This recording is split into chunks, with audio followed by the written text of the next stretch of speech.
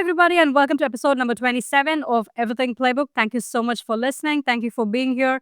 I have a very, very exciting episode for you today. It's actually been a week since we recorded this conversation, and honestly, I haven't stopped thinking about it.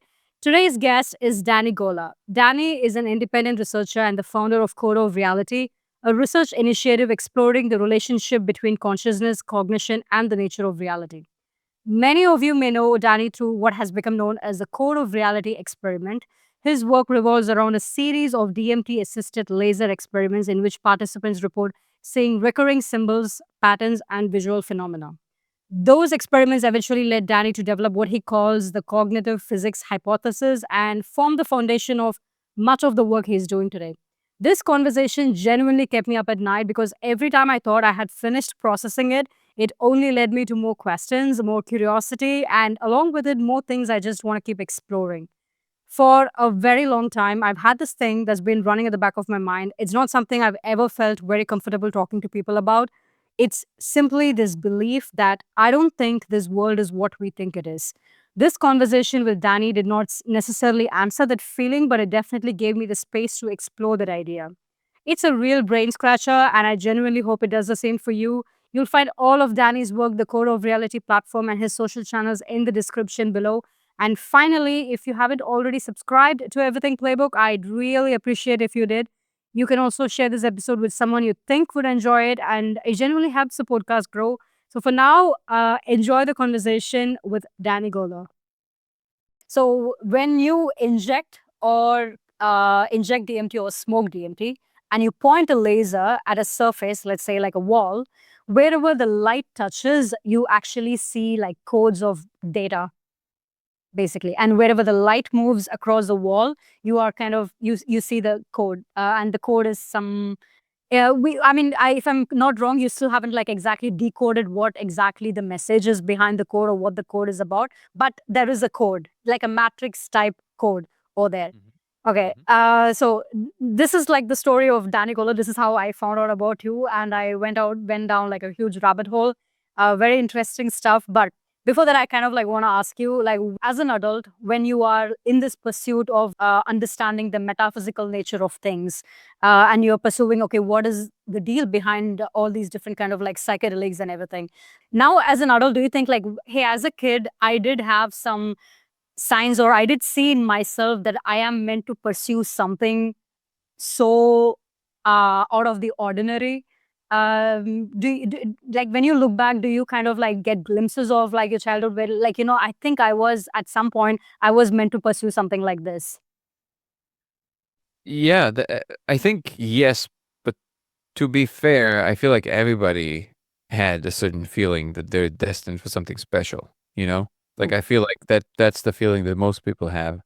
And maybe that's also the case. I'm not sure. Yeah, there's definitely glimpses of me uh having a sense that I'm, kind of about on the verge of understanding something that was not understood before. And I guess the thoughts that I had around that were more, uh, from the regular world. So basically, maybe go into science, discover something interesting, physics, things like this. I would never imagine that it would be of the very phantasmagorical nature it's unfolding today. Uh, but on the other hand, as much as I'm grateful for this experience, in retrospect, it's almost like, yeah, it's almost like, of course, like it makes perfect sense. But again, I don't know if it's really different for most people. I think everybody have or had the sense that they're destined for something unique and special because we all feel like we're the center stage of the world. So that might just be that psychological effect. Hmm. But I don't know. Also, maybe very likely true. I think a lot of people probably do feel like, wait, there was something about me when I look back, and that kind of like, and it kind of connects the dots to like what I am doing right now. But also like how many people exactly keep in that path, stay in that path, right? Because of the society or the culture or the way things are with family, friends, etc.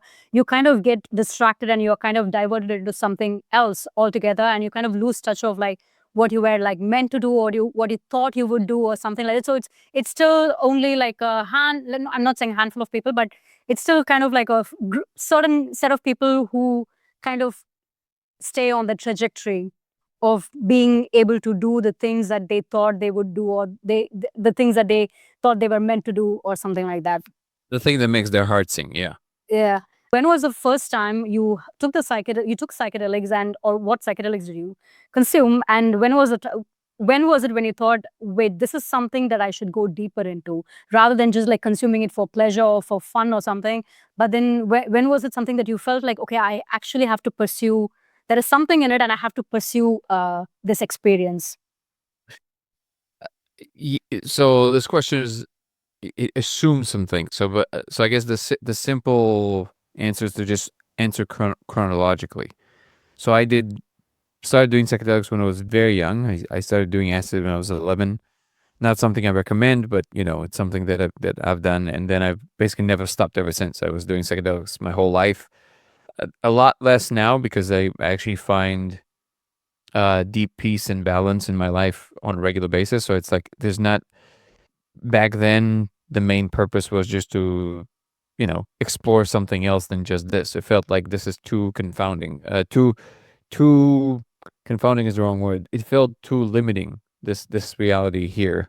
And I always wanted to, just like all kids, I would assume, want to know beyond, want to know what's on other planets, things like this. And psychedelics was the closest tool to be able to actually feel that kind of a thing, a different state of being, a different state of mind.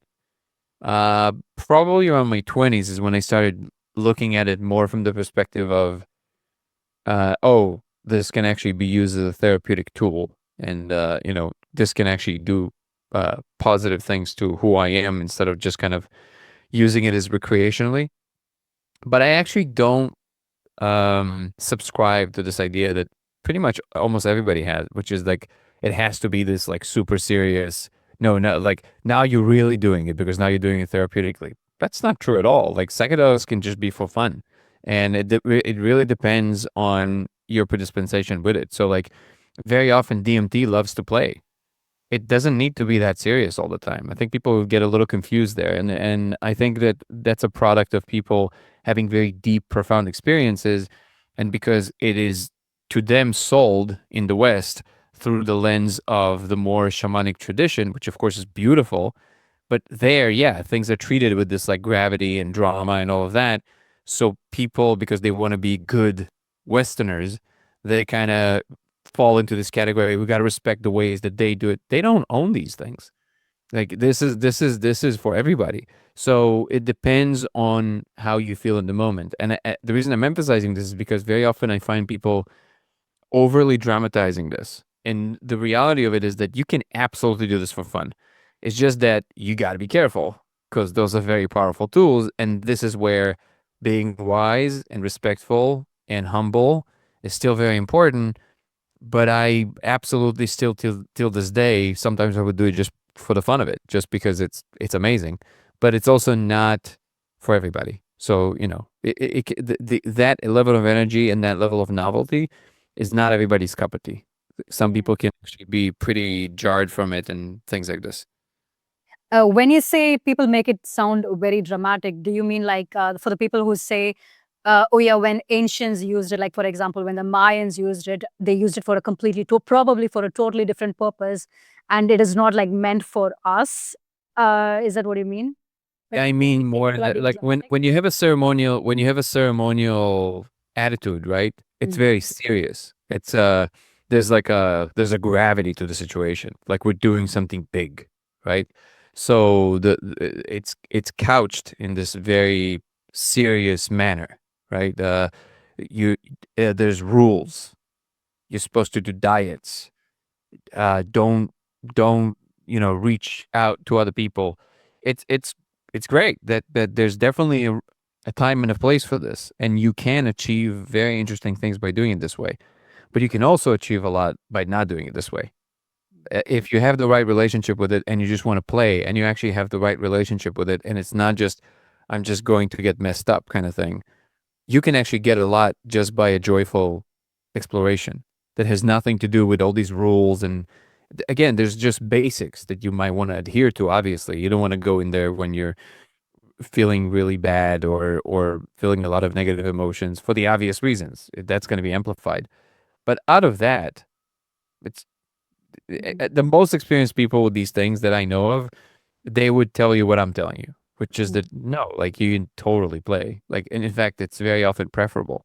Um, and also, by the way, this is interesting because you mentioned the Mayans, right? So like people kind of, I'm a big fan of calling a spade, like things for what they are, right? There's beautiful things in older traditions, and there's horrific things All right. in older traditions. The Mayans used to roll people's heads off staircases after consuming They were mushrooms. big on human sacrifices, the Aztecs, the Mayans. So, Yeah. do we want to do that? No. So maybe we don't need to think of them as these like extremely wise people. Yeah, they made a really cool calendar. They also used to rip people's hearts out. So while they were still alive, maybe like there's discernment that we have that they didn't, and people sometimes forget this. There's this very big trend now. I'm sure you're familiar. People just adore the past. They romanticize it. They think it was the best, and now we lost our way. No, absolutely not. We're probably the cutting edge of the best that has ever been for humans.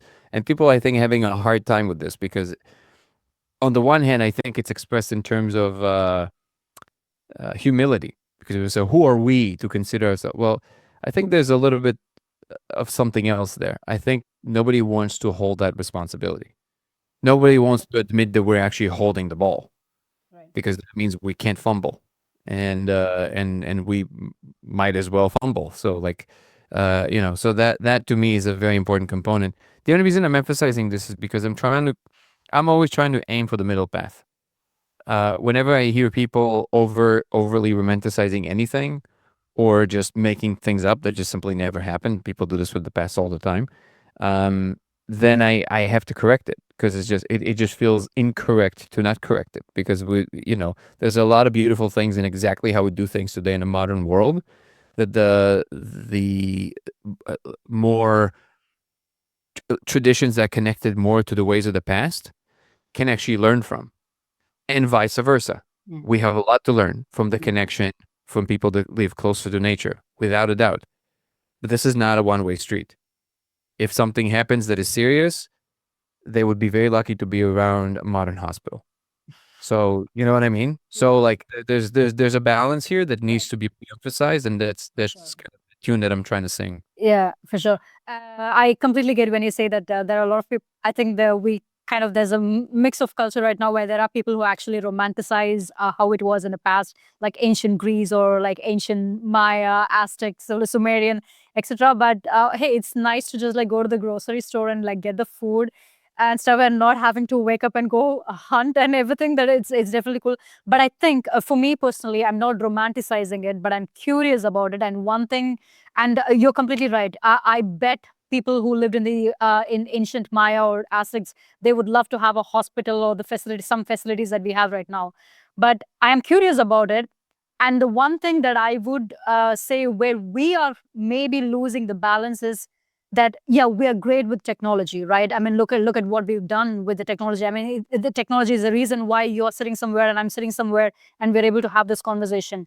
But technology is also the reason why we are becoming so detached with just our natural senses or our natural beingness. So there's pros and cons to it. I hope, like I don't know if you agree to it. There's pros and cons to the technology. I understand. I understand the thrust behind it, but I wouldn't ultimately agree with it because I think that these separations of what's natural and unnatural, they are lines we draw in the sand that don't actually exist, right? What do you mean? Not you personally, of course. I mean, like, what do we mean when we say naturally, right? If we mean of Earth, well, that's not nature. Nature is the universe, right? You're in the universe. Plastic is in the universe. Pollution is in the universe. Animals killing each other nonstop is in the universe. All of these things are completely natural. Most things in nature will kill you instantly. Completely natural.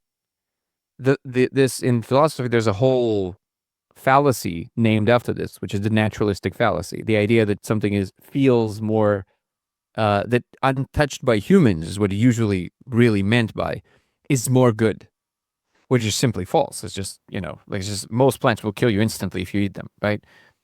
What actually keeps us alive is not the things that are more natural. It's actually our ability to discern. Mhm. It's our ability to produce knowledge. That's what keeps us alive, which is also part of what nature is doing. So notice that there's, again, in the name of speaking something very positive, which is very understandable, right? This attitude is spoken out of a place of humility and a self-reminder that maybe we don't need to think we're all that because there's a lot of things that we still don't know. Absolutely, I agree with all these sentiments. But notice that what happens here. When people say this, there's a bait and switch that happens that they don't even realize they just did. When they say, we need to go back to more natural ways, what they're really saying is, again, the natural and unnatural doesn't mean anything because anything that exists is natural, right? What they really mean is that untouched by humans, because the idea and what's hidden behind that assumption is that humans are selfish and they do things only for themselves. That's how we get global warming, pollution, things like this, because we just do things for what we need without any care for the environment. That's really what is being pointed at, right?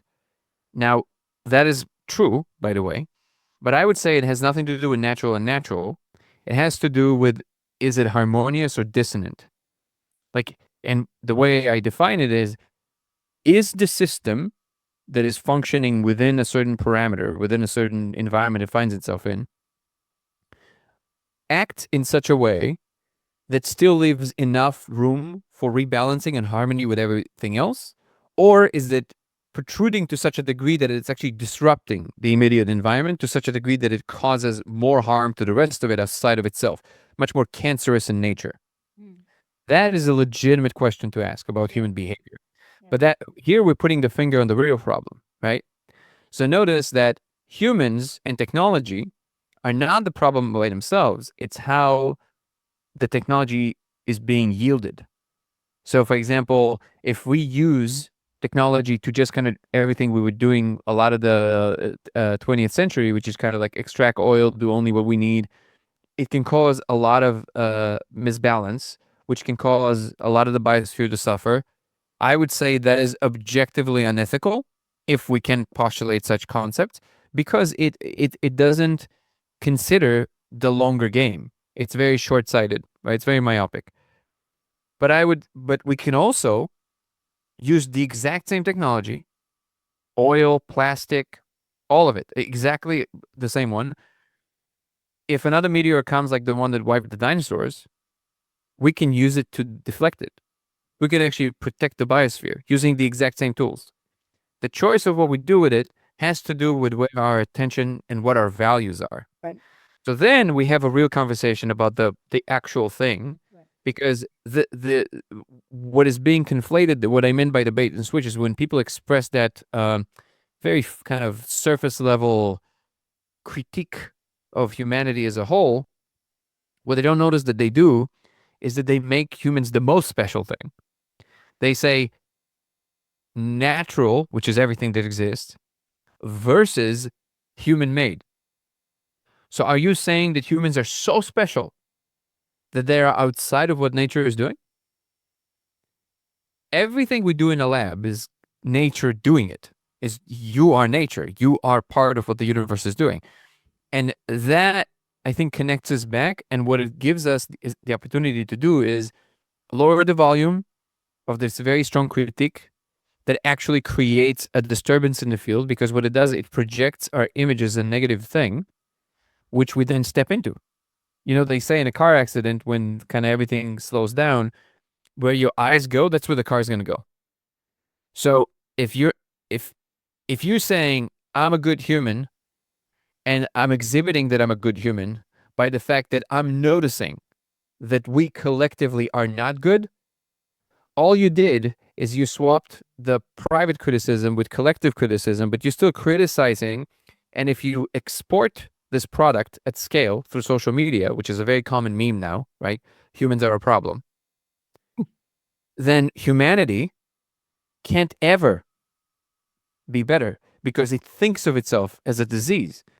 Humanity has to think of itself as a good thing, as a positive thing that just need to go through certain corrections, Right. need to help to error correct and steer our course towards a better thing. But that requires a lowering of how much we see ourselves as negative. Yeah. And that to me is actually not just a, you know, kind of a philosophical pie in the sky kind of a discussion. I think it's critical for not just the human survival, but also really the survival of the biosphere. Because if we can create harmony with the kind of power that we can actually yield, we can become the most beautiful custodians and protectors of this place. Right. And I think that's where our future should lie. Yeah. I 200% like agree with you. I mean, you put it out like very beautifully.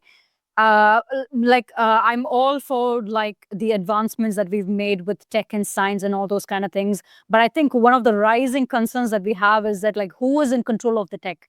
I understand your intention. I love your philosophy, and I love what you've just explained, but at the end of the day, who is really controlling the tech that we are talking about when we talk about like social media, or like what do we consume every single day, what is being shown to us like every single day, like from kids to young people to like adults and everything. And that does engineer what you believe in, what you think, how you go about in the world and everything. So that is like kind of like my rising concern, actually. I have an answer for you.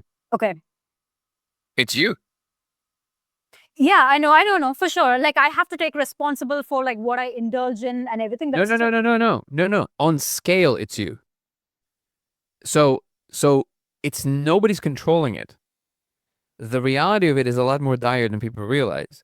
They are controlling it.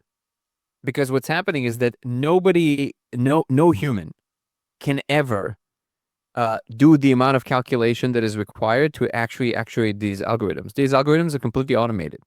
They give them initial code. What they automate for, which is what, if I'm not mistaken, the central thing where Meta lost the lawsuit for, which recently about harming younger kids, right? If I'm not mistaken, and I should probably look this up before speaking so confidently about it, but I'm pretty sure that's what it was, and I will actually check this right out. Yeah, they did. I mean, Mark Zuckerberg actually did a testimony because a lot of parents actually said their kids were led to like very harmful mental health and everything because of what they consumed on social media, because it was unhealthy. Well, but the specific that I want to say, I have a whole, funny enough, on ChatGPT, I have a chat for fact checking. So hold on. So let me actually ask it in real time. Was the central theme of the lawsuit against Meta around the fact that they did not do enough to steer the algorithms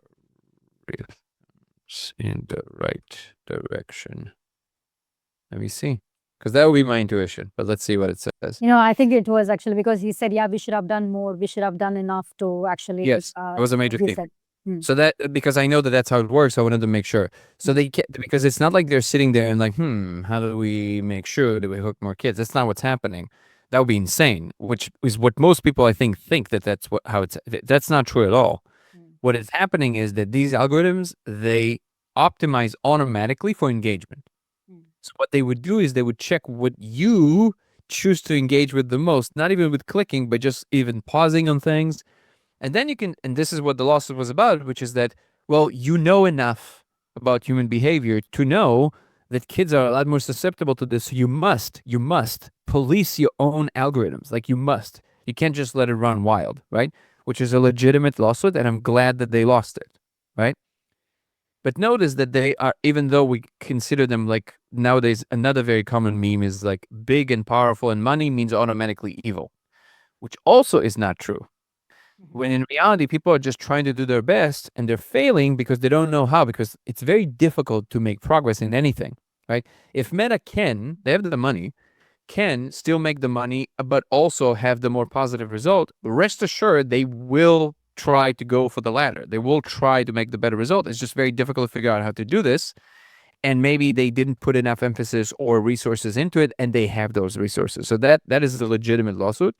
But people need to understand that as we move forward, this whole thing, we kind of have to at least allow for some more grace around the fact that it's just people like us, and they are part of this. Just like we don't even realize that we're basically dictating, but with our behavior, how these things will unfold.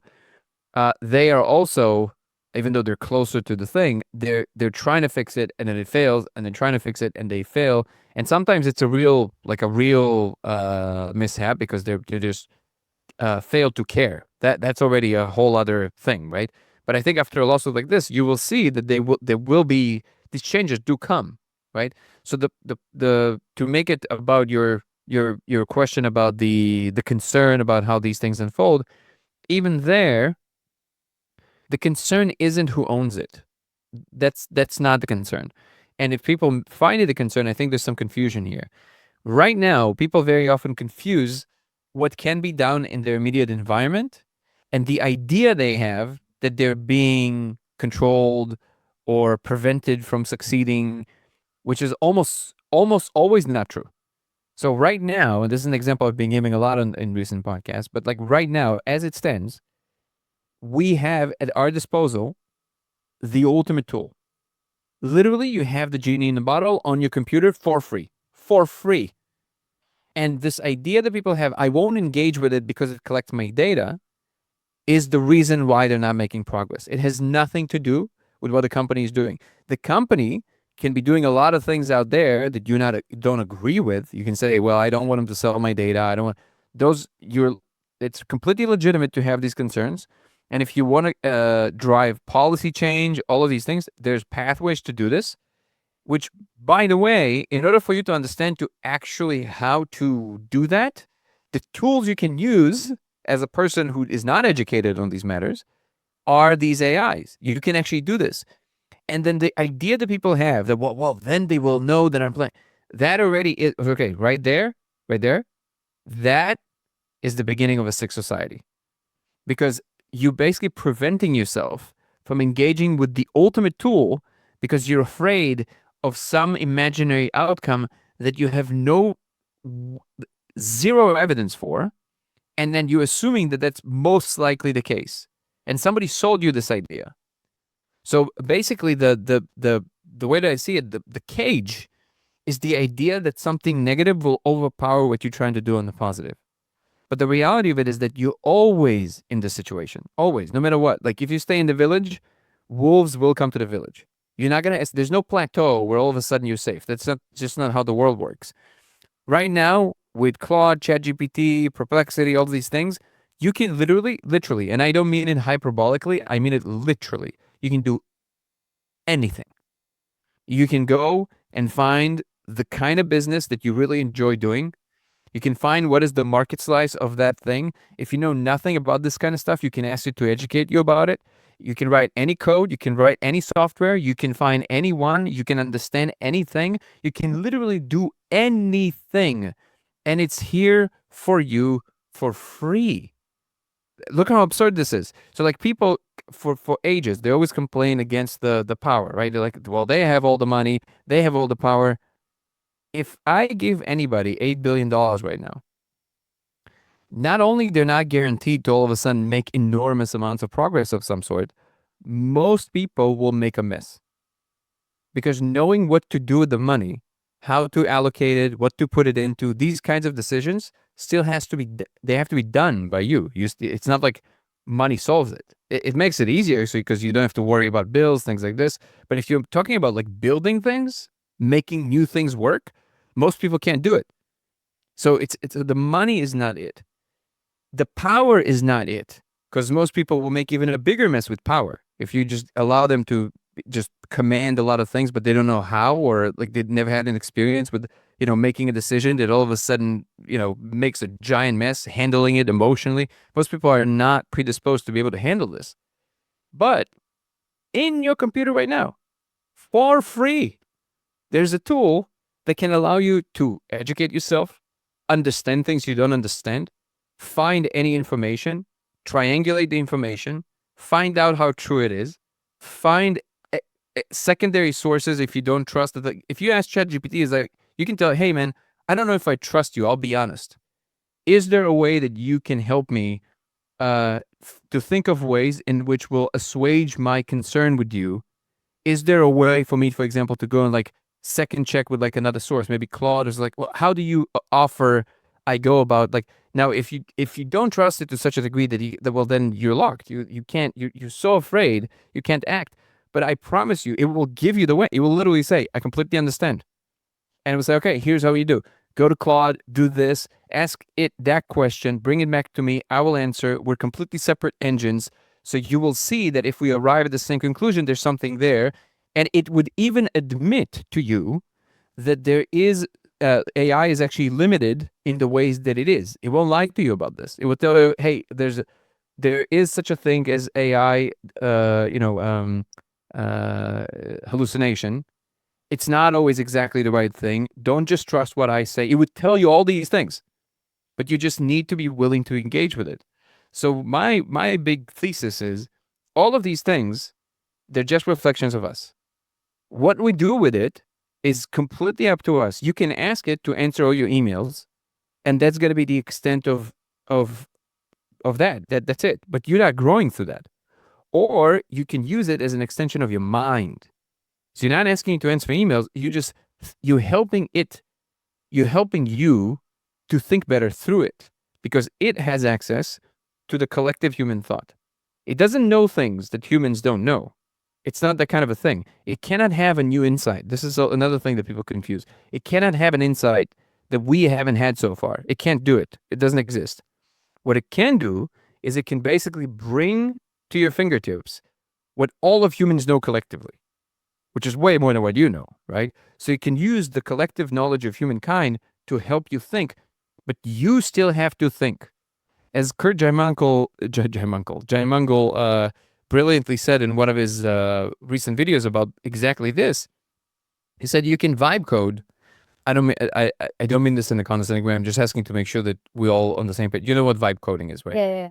Because some people told me they don't, and I'm just making I'm sure. a product manager. That's my full. Oh, there you go. Okay, yeah. Manager. So yeah, I did not want to come across as like I just literally had 3 people recently tell me they have no idea what that is. So I'm just making sure. So he said something brilliant. He said, like I was trying to say this in so many words, as you can see now, and he summarized it in one phrase. He said, "You can't vibe understand. You can vibe code. You can't vibe understand. You still have to be the thing that understands. And if you don't understand, don't trust it because you didn't. It was not implemented in you. That's what you want to be aiming for. So again, if you're a product manager and you're using all these tools, I'm preaching to the choir. But it is to your point about this concern that we have with technology. If you look really close at your cells, again, you're a super educated person, so you know under a microscope they look like machines. You are a machine. Like it's all of it is just mechanisms on top of mechanisms on top of mechanisms. There's something really beautiful about how we perceive the world from a spiritual perspective, which does feel much more expansive and full and meaningful and open and harmonious. All of these things that we attribute with kind of like more divine, experience. Absolutely. All of it is also there, part of what the universe is doing. But at no point it makes sense to think of, because we have certain automations and functions, thinking of that as evil. I would submit to most people, which is maybe a little hard to see because at this point we're kind of embedded in this illusion pretty strongly. But all of these ideas about technology, most of them, some of them are merited, but most of them are not based on real world events. Most of them are based on Hollywood films, which of course they have to be that way because if there's no drama, there's no movie. Nobody's going to watch it. It's like my good friend Paul Hynek always says, nobody's going to watch the movie The Village of the Very Peaceful and Beautiful AIs. Like nobody will ever watch that film, right? It's AI destroys human. That has to be the film. So because of that, we created a very strong cultural bias that in reality almost never happens. Now, it doesn't mean that there's this famous term of like black swan event, right? Like you only need one to destroy everything. So that's also real. That's true. That part is true. But if we paralyze ourselves to such a degree that we can't even try and do something, that's what's called learned helplessness. You just like, the very awful experiment they did with dogs where you just like, they shock them and then they open the cage, they won't even go. Like, and that's essentially what I think that happened. We have to trade with more positive ideas and ideas that excite us about the future. We started equating power with evil. We started equating money with evil. We started equating institutions with automatic evil. None of these things are true. You can have none of these things are true. No, none of these. I want to be clear. None of these things are true by default. You can have organizations that are aiming and they have misaligned aims towards what is better for humanity. There's no question about it. But none of this is a given. You have this very strange situation, and it really it takes a moment to really kind of like step back and notice, where the people who did the most amount of work, that truly worked more than anyone can ever dream of, right? Being criticized purely on the basis of the merit that they produced. That is not healthy. Not just for that individual. That's not healthy for us. We don't want to be the kind of a society that looks at that and goes, that's not desirable. It's very desirable. We want this. We want to be people. We want to have more people like that in society. And you want also people that do things across all the levels, but we want to be fair to one another. So ultimately, at scale, if you want to ask, a lot of people ask, to what end, right? They kind of say, well, like, it seems that it's all driven by greed, by thirst for power, by us trying to control nature, all of these kind of like very memeable phrases, right? So if you really look closely at each and every one of them, they fall apart. Like, it's just simply false, right? The ability to hold course for decades with something, the chances of it succeeding are close to zero, and yet proceeding to do it with the one aim of just acquisition. If you really look at this, at the details of what that looks like in terms of psychology, that's extremely unlikely. So like you have psychopaths in the world, for sure, that they exist, but they can have success that is very limited for a relatively short period of time. And when I say short period of time, it can be even a decade or even 2 decades. Sometimes people kind of get away with things. But the scale of that is not what we're talking about here. That's not that. You don't get there. You don't get here by doing that. You only get here if over time what you do actually transmutes and transforms into things that are functional, so people want to consume them, right? So then ultimately we have to understand that we want people to aim for the best, and if we're trying to undercut each other along every single step of the way, just because somebody became more successful than us, or we equate these powerful moves with evil, we will collectively lose the game. Because ultimately, we have to do things at scale. Like, if people say, well, why do we have to do things at scale? Well, because eventually the sun will become a red giant. It will engulf the earth. So we will have to get off this planet at some point. And then people say, yeah, but that's so far in the future. You're like, okay, but we have to start working on this sometime. And we already know this. We know this with 100% certainty. It's not like a maybe. It's just a matter of when, right? So yeah, it's going to be in 1 billion years from now, probably in 100 million years, which is still a lot of time.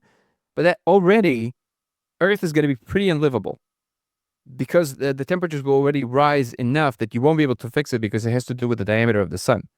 So then you will have to get off the planet. It's an intelligence test that has to be passed. And the thing that I think is always being missed is that the fact that we have to do that is not competing with the idea that also the way we want to do it is not is harmonious.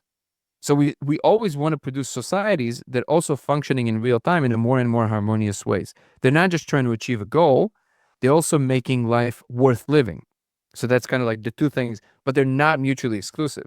You can produce the happiest society in the world that sings Kumbaya all day and holds hands and have the best society ever in very, very small scales and nothing at scale, and they will perish with the earth. And if you say, I'm okay with this, okay, that completely legitimate point to have. I disagree with that. I think that life always tries to find a way, and we're the cutting edge on this planet of what life is trying to do in terms of, we're supposed to kind of take all of this and take it with us. It's not like we're going to go alone. We're going to take animals and trees and everything else with us. And it's not a leaving home behind to burn kind of vibe. It's understanding what is the period of gestation for any period. Because again, all of these sentiments that are very kind of they're very wholesome on the surface. So, for example, people say, "Well, this is our home, though." Right, but if you're still living at home at 40 in your mom's basement, your parents are going to look at you funny. Something is wrong. Like, home is not a thing you stay in for your whole life. You find a new home. You explore. If a fetus stays in the womb for too long, toxemia kicks in. You know what I mean? It might be that Earth is actually saying, "Hey, I gave birth to you. It's time to go." And the other thing I said is that if you stay in the womb for too long, like if a fetus stays there, then toxemia kicks in, right? Like, there's a certain period where you're welcome. Beyond that period, you're no longer welcome. It's just the nature of things. It's how things are, right? So even the whole home idea, maybe it's time to move on.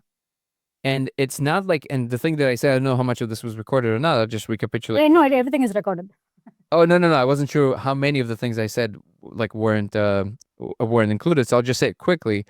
It's important to understand that even when we do manage to figure out how to go and explore other places, while life here is still livable, it doesn't mean everybody has to go. People say, "Well, I don't want to go." No problem. Some people are naturally predisposed to stay here.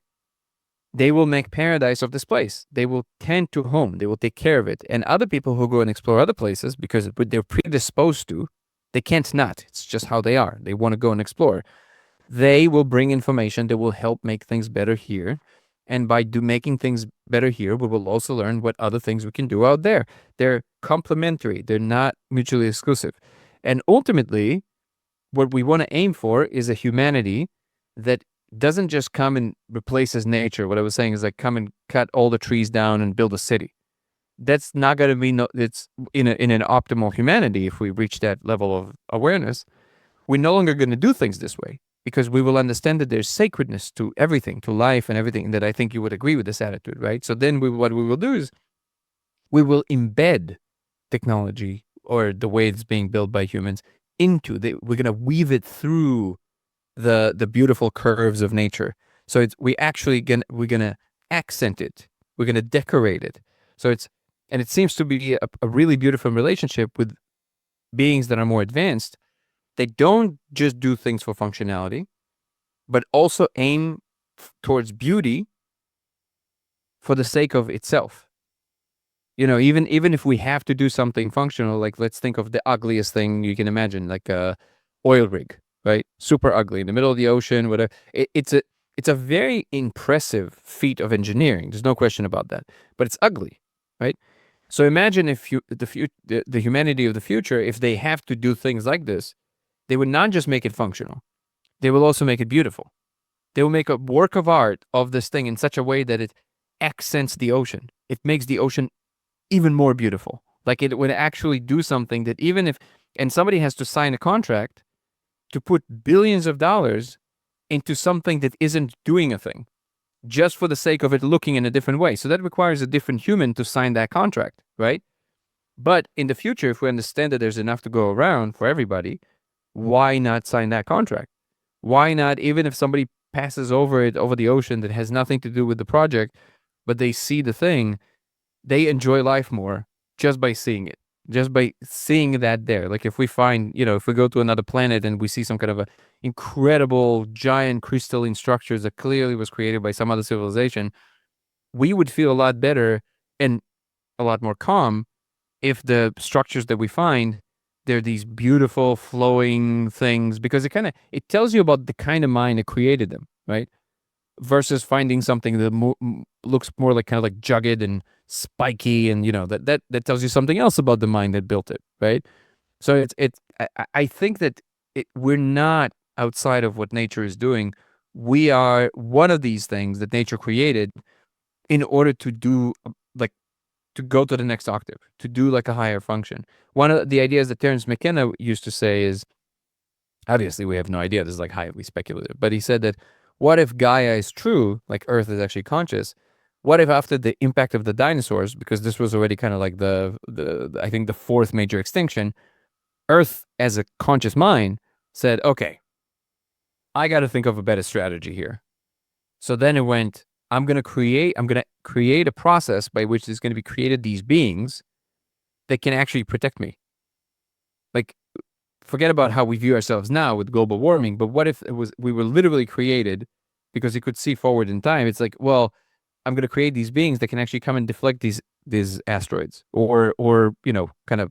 So we can always think of ourselves in infinite number of ways, but we can never be the better version of ourselves if we keep imagining that we're terrible. And I would say that across the board, thinking of these separative, like what's the other concept that people tend to invoke all the time? Post-humanism, right? It's like, well, just on the surface of it, it's like, what do you mean? Like, you think you're done evolving? What do you mean by post? You're saying that throughout 4.5 billion years, life has evolved and evolved and evolved and evolved. But when it got to you, nature said, oh, I'm done. This is it. This is it. This is perfect. No, like, of course you're going to keep evolving. It's like, what is post-humanism? What does that mean? Like, you're going to evolve beyond what you are now? Yeah, of course. That's how things happen.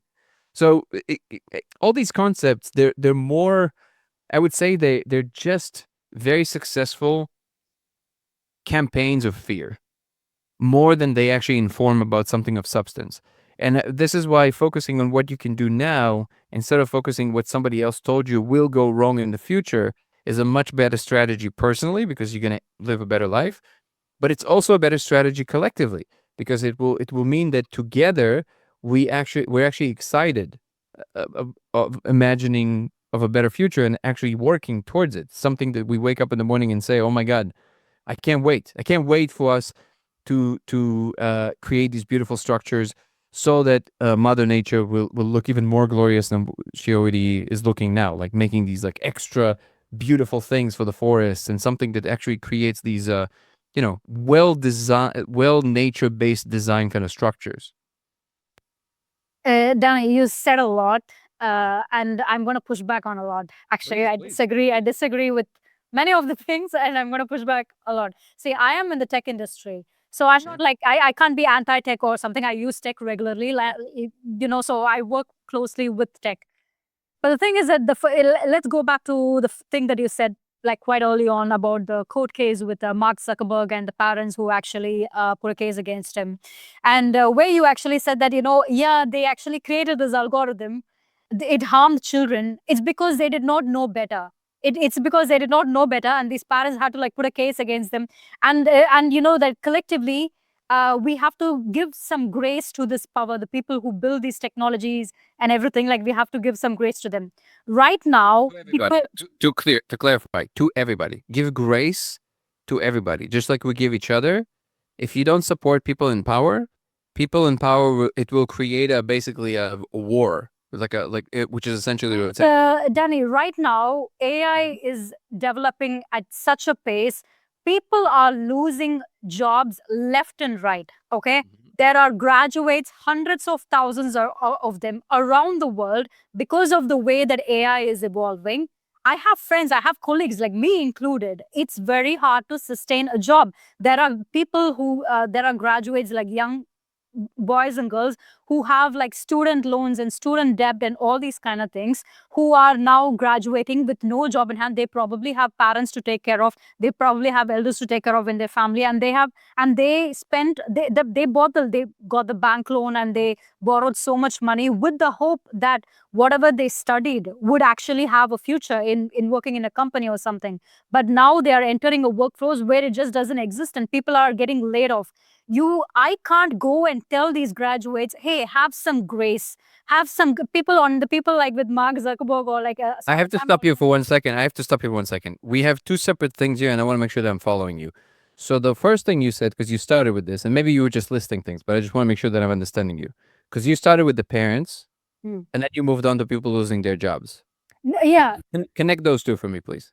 I'm connecting these two because when because you said that yeah, the people who developed these algorithms, they did not know better, but now with it's kind of like a trial and error thing, right? They make mistakes, they learn, they make mistakes, they learn, they make mistakes, they learn. And sometimes they don't. Sometimes they don't. Sometimes they keep Yeah, repeating the mistakes. Sure. sometimes they Yeah. don't. But the thing is that they're let's say just because they just don't have enough clarity or enough information or enough the right mindset to make always the right choices. Let's say, yeah, they're also humans. They can't always make the right choices.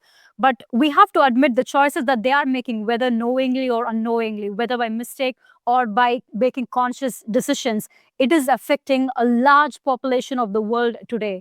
We can't go and tell them, hey, we have to still keep doing this, because in 60,000 years later or 1 million years later, we might have to like leave this planet. These people who have to put food on their plate, who need a job so that they can take care of their parents, their focus is right now. My immediate concern is, how am I going to pay my rent by the end of like next month? How am I going to get a job? How am I going to take care of my family? I'm sorry, I love tech. I am part of like the tech industry, but I can't forsake my family, my situation, my ability to buy food and like just have a job and have a roof above my head. I can't say that, in billion years we might have to leave the planet, and so in that case I have the technology. So let me sacrifice all these things right now. It's I am sorry to say, but it's completely out of touch. It's completely out of touch, and I don't think so. I understand the so like what you're saying, like, see, I think I'm in a very lucky position right now. I have the opportunities. I also have the mindset to. I also have the mindset or the ability or the opportunity to like detach when I want, be attached to things when I want. I have the awareness of like, oh, I like, this is not for me. That is for me, and this is not for me. I have the awareness. Whatever you're saying, I can completely like understand that, and I'm sure you will find a lot of people who will agree with you. But you have to also understand the world is heading in a direction where a large part of people, they are clueless right now. The amount of people like you and me, it's becoming less and less. It's becoming like very concentrated. And also this thing that yeah, I have to share all my personal data in order to like do these things and everything. I would not I would not agree that a lot of people should be like, the entire world should be okay with it. It just means you're slowly getting sucked into a world, sucked into a system created by these group of people. Like why? Like they are now dictating what information you share and how it's getting shared and all these kind of things. Why do I have to trust them with my personal information? How will I know what they will use that information for? In UK, for example, I think in a lot of places they're planning to roll out the digital IDs, right? Why do you think they collect all these informations? Once we actually have a digital ID instead of any physical documents or something, they can keep track of it. Did this person take the vaccine that we demanded that they take or not? If this person did not take the vaccine, hey, you're not allowed to go into this university. You're not allowed to have a job. And who do I need to trust to take these vaccines? Bill Gates? Really? This guy? I want to ask you a question. So I completely understand the anxiety and anger that people feel if they lose their jobs and things like this, right? Yeah. I would assume because of who you are and what you are, I would assume you're driven by data. Mhm. Have you looked at the data? Well, who you are and what do you mean? Like, looked at the data in the sense like How what? many jobs were actually created by AI versus how many lost?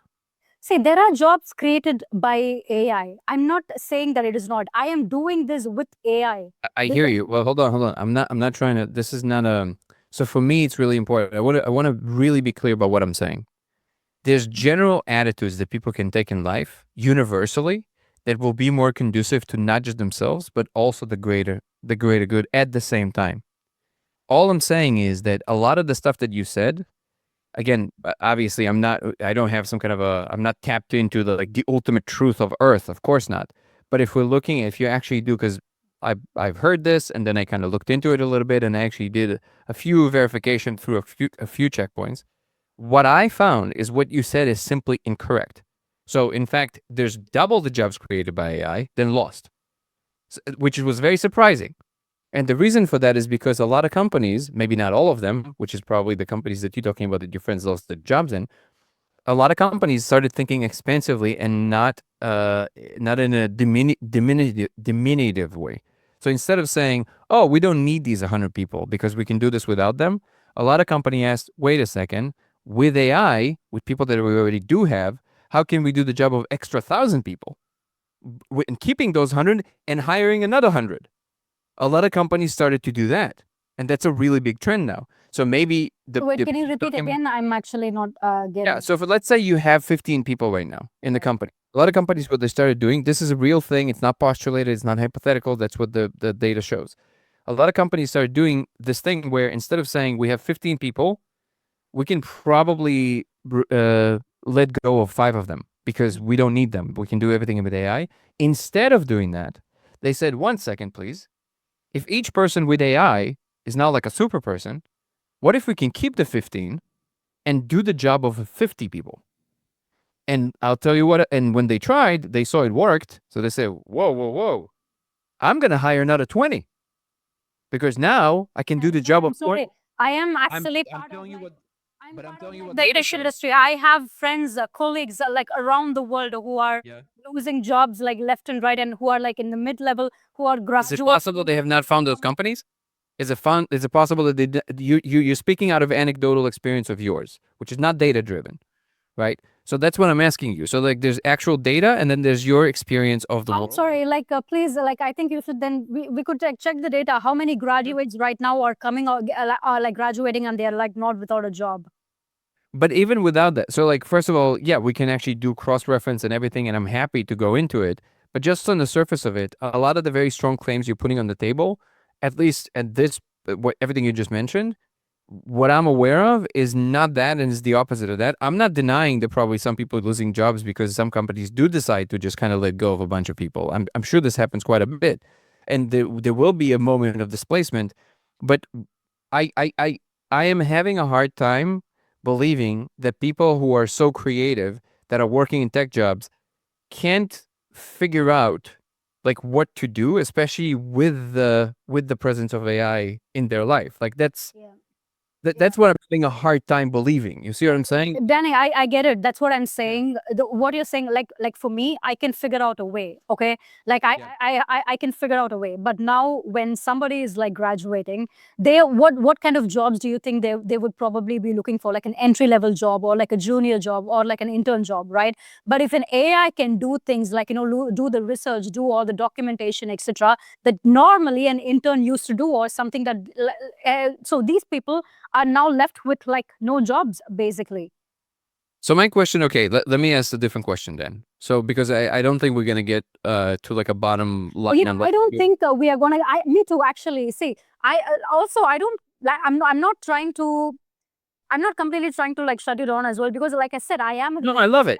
I want to be clear. I love it. I love it. I mean, I'm not thinking this is anything else but like a really fun little share. I absolutely love it. I no, but I am trying to ask like questions. What I meant is we're not gonna get to the bottom line unless we do like a really deep research Right. and find out the actual numbers. And if I'm wrong about it, I'll be happy to concede. I just don't think so. But you know, I'm happy to concede. However, what I'm trying to get at ultimately is not even the kind of here and now, which can be very tumultuous. There's no question about it. Every big revolution has that, right?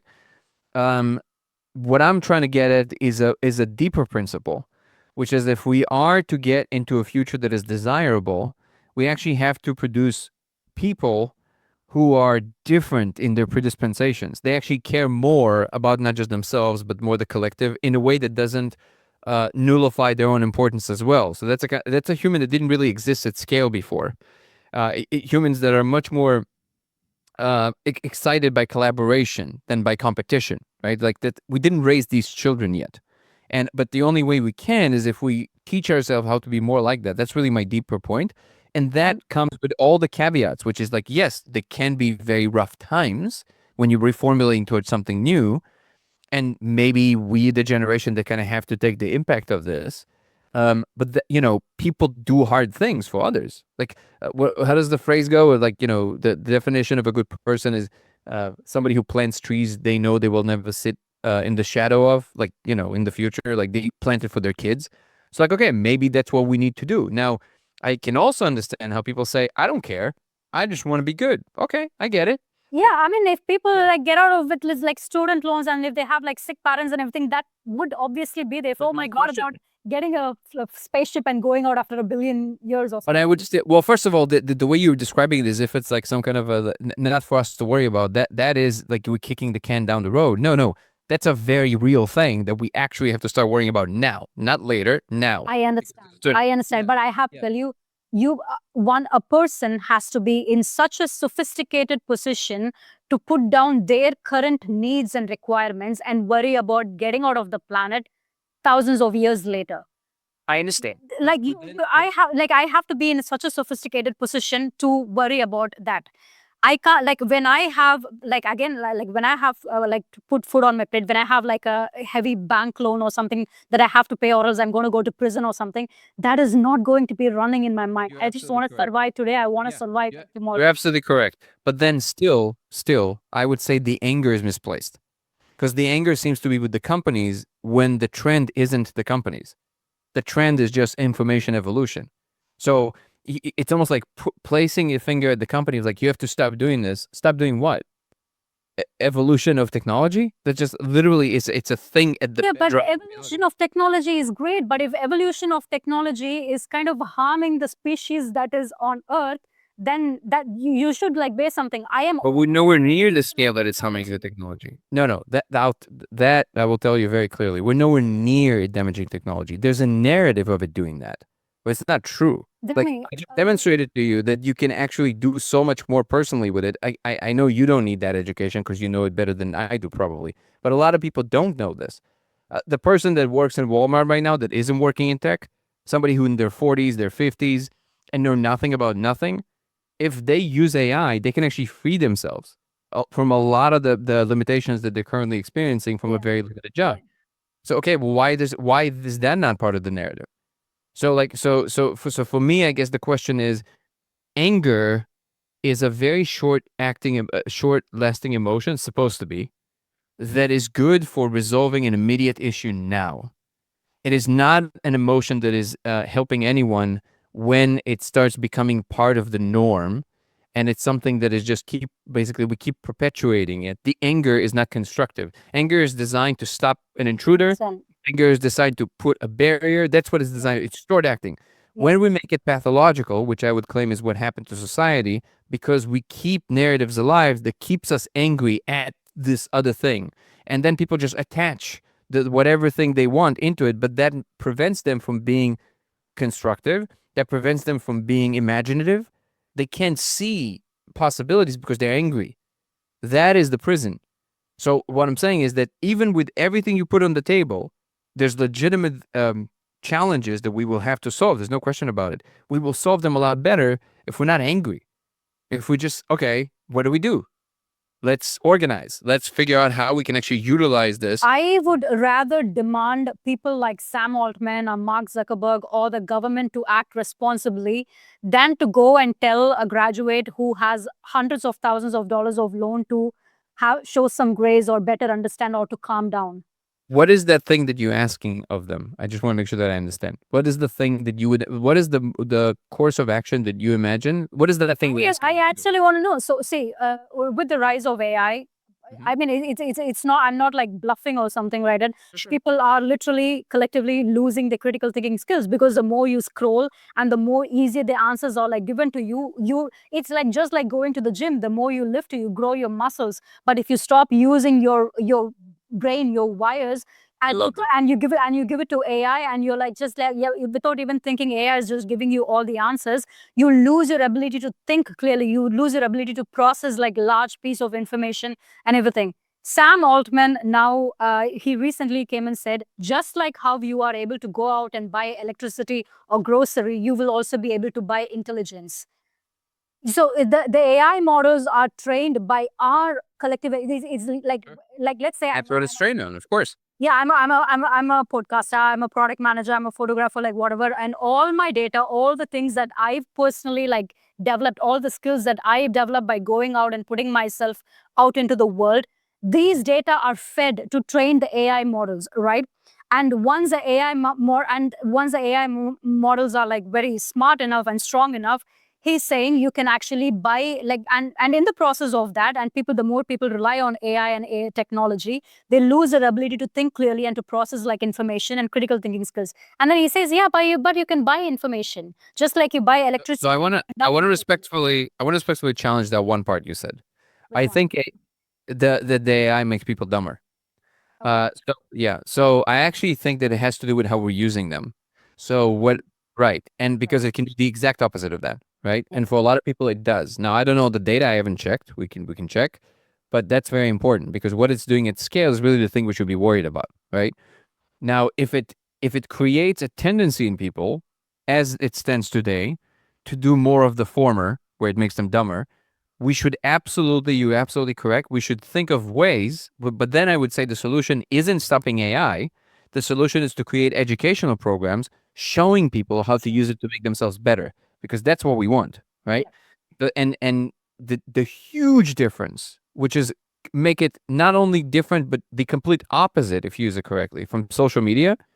The specific reason that social media makes you kind of like just kind of dulls you is because the fact that doing this with your thumb is so easy, and if you all you have to do to get a dopamine spike is this, then it's addiction, literally almost like a slot machine, right? ChatGPT is not like this. You don't get to do this. You actually have to think about every prompt. You actually have to stop and think. So which is the opposite of just scrolling, right? So what you have to do is to create. Now you might be right. I don't know because again I haven't looked at it. But if you are correct, that is just kind of creates this tendency to still kind of like just, hey, do this for me or do that for me, which I'm sure a lot of people do use it that way. Then we have to put a huge emphasis, excuse me, creating educational programs of helping people understand how to do so, because you can use it as an extension of your mind. Again, I know you know all of this really well. I'm just saying it to voice it so people kind of understand what I mean. You can literally, I had this discussion recently on a podcast where somebody said a similar thing. They said, like, I feel like it's kind of making us connect with each other less. I was like, okay, let's say you're right. Okay. Here's what you do. You want to create wealth, human connection, and you want to move forward with technology. And at the same time, you want to make sure that we don't degrade mentally, right? All of these things you want to hit. Great. Use the full suite of whatever AIs you have available to you right now, depending on what they're good at. Say, hey, I want to create a company. I want to run a test. I'm going to do this for 4 months to see if there's even anything going on. I'm going to hire 20 people. I think I can find a founder, or even ask like what pool of angel investors you think will go with something like this. How do I create a deck to get them interested? What is the market slice? How do I make sure that they understand what they are? All of these things that you want to check in terms of just the regular, technical stuff. And then go with it to the thing you really care about. Okay, during our function as a company, what I want to hit is I don't want us to feel separated. I want what we do and how we do it every single day to help us connect better, to create human connection. And through that human connection, I want to drive innovation. How do I do that? Maybe should I 3 hours of everybody just doing research, and then for the rest of the day, whatever number of hours that is, 5 hours, whatever it is, we all just sit in a room, shoot the shit, shoot some jokes, exchange ideas, and only the next day we all implement together. Maybe that's the strategy. We get to connect, we get to explore, we get to get better, we get to make money, we get to make money for investors. Everybody are happy. You can do all of this. You can use it in terms of ideation, idea development, all of these things. The reality of it is people think if you give me the ultimate tool, the genie in the bottle, which essentially is what it is, somehow I'm going to solve everything. World hunger is like, here it is. But you're not doing that. That's because imagination is the final frontier. It's actually very difficult to imagine something new, which that's still your job technically. My my big thing is that I kind of see that what essentially where this is going is that we have a realization that actually there is no AGI rising in a machine. It's us. We're it. We're basically it. And all of these tools are basically I just feel that extensions too, of us. actually. Yeah. Yeah. So, Yeah. so, so but just to extend an olive branch, I am not saying that it's guaranteed that we're going to make all the right choices and we're going to end up on the good side of it, right? We can mess it up big time. all I'm saying, I guess, at the bottom line is too much frustration and anger towards external factors don't do much. They corrode our ability to think clearly. So if we are in a predicament, whatever with however dire we imagine it to be, I think it's our personal responsibility that also aggregates to a collective responsibility to encourage each other to be more level-headed and actually think together. Like, how do we move? Even if we can't rely on tech giants to do this or that, I fully agree that we need to encourage governments and the giants to have more regulation. That I don't think anybody in their right mind would advocate against it, which is like we need some breaks in case we need them, sure. But the the trend is not by these companies. Well, and I'm making a more, according to my based on my work, I'm making a deeper claim, which it will take quite some time to substantiate. But that these processes of what computers are doing and all of that stuff, that's actually at the core of reality. So it's literally unfolding through us, but we're not doing it. It's almost like it's just that's the most natural process. We get caught in the middle as agents that can suffer. So we have to kind of think about how what we are uh, would have an easier time. That I agree with. But if we're talking about like just finger pointing and all that, it's not doing anything. Like, One thing I'll agree with you, there is individual responsibility is very important here. Now with AI and everything, I can speak for myself. I don't think I am becoming dumber. In fact, I feel like I'm using it in such a way that is making me learn more and everything. But one thing that I just want to say is that it's not black or white. oh, absolutely not. Yeah. It's not like, hey, this now if you all collectively move in this direction, like everything is going to be perfect. It's not like that. Like, again, every individual person, their life is very different. We don't know what's happening in their life. Like there are moments in life, there are people who have things going on where we just can't go and tell them, hey, just cheer up, cheer up, be positive, because it's No, not complex. cheer up. Human life is complex. Situation is like it's very complex. And also you should understand, we are malleable at the end, like especially when you throw these kind of like large pieces of technological information in the children, teenagers especially, social media, etc. They're malleable. It affects how they think, how they process, what leads them to depression or anxiety, or how they process these things. So it's not black or white. Yeah, No. you can understand. I can understand. I can hold personal responsibility. But how many people? That is my concern. And my concern is that I think a large part of the population is heading in not so positive direction. That's what I feel, because again, if so many people are, because we are locked in a system, we are in a system where I have to pay my rent, I have to put food on the plate, I have to take care of my parents, I have to take care of friends, whatever, I have to take care of this visa situation, that situation, etc. In It's impossible that in these moments we can go and tell certain people like, hey, just be positive, just be hopeful. It's a complex. Well, Human emotion. I just fundamentally disagree with that statement. I think that's exactly when you want to tell them this. We're not saying be delusional. We're not saying be delusional. But if I can, but there are ways to do it. So to say that it's hard to do is different than it's impossible to do. It's absolutely possible to do. Even in the hardest of moments, actually having a more level-headed attitude towards life and understanding that it's in your hands ultimately is a much better program to run in your head than, well, I'm just gonna sit here and wait until the big giants will do the right thing. Yeah. You're completely right, but there are a lot of real life factors that will impact that mindset, impact the people from heading to that mindset. That is what it's not exactly, that's what it's not like black or white. There is a gray area there. There's a gray area where people are just like, they feel lost. I wish, I hope, whatever, like, the capacity that I feel that I have, or the capacity that you feel, you think you have, I hope that spreads everywhere. I hope a lot of people feel hopeful about the situation. But I have personally been in situations, I don't know, 6 years back, or like, like I've had hard times in life. I think all We all have, of course. where it's like I've survived, but how many people make it through? How many people Never. And this is not comparing it with you. I only speak for myself, and I want to be very clear that this is not a roundabout attempt of comparison at all. I'm not saying, because you just said something about you. I want to make sure that it's clear that I'm not saying it as a answer to what you said about you. I can tell you from my perspective, and the reason that I'm so adamant about the fact that this is absolutely what we should be encouraging people to do, because never in my life, and I've had quite big hardships in my life, did it even occur to me to think that someone somewhere else is responsible for what I'm going through right now. It never occurred to me to think this. And it doesn't make me more unique than anyone else. In fact, because I know I'm a very average person, I know that that's a much better software to run on your head because A, it's true, and B, it's actually a lot better for both you and everything else. What I'm seeing, and the thing that I was speaking more to, I think that where some of the friction and the disagreement between me may be happening is because you thinking about it from much more like specific concrete examples, because you can see it in your life and what people are going through, and that's very salient to you and therefore emotionally real. I can completely understand this. I'm speaking from much slightly more kind of like looking at the whole picture and understanding that it's simply not gonna work.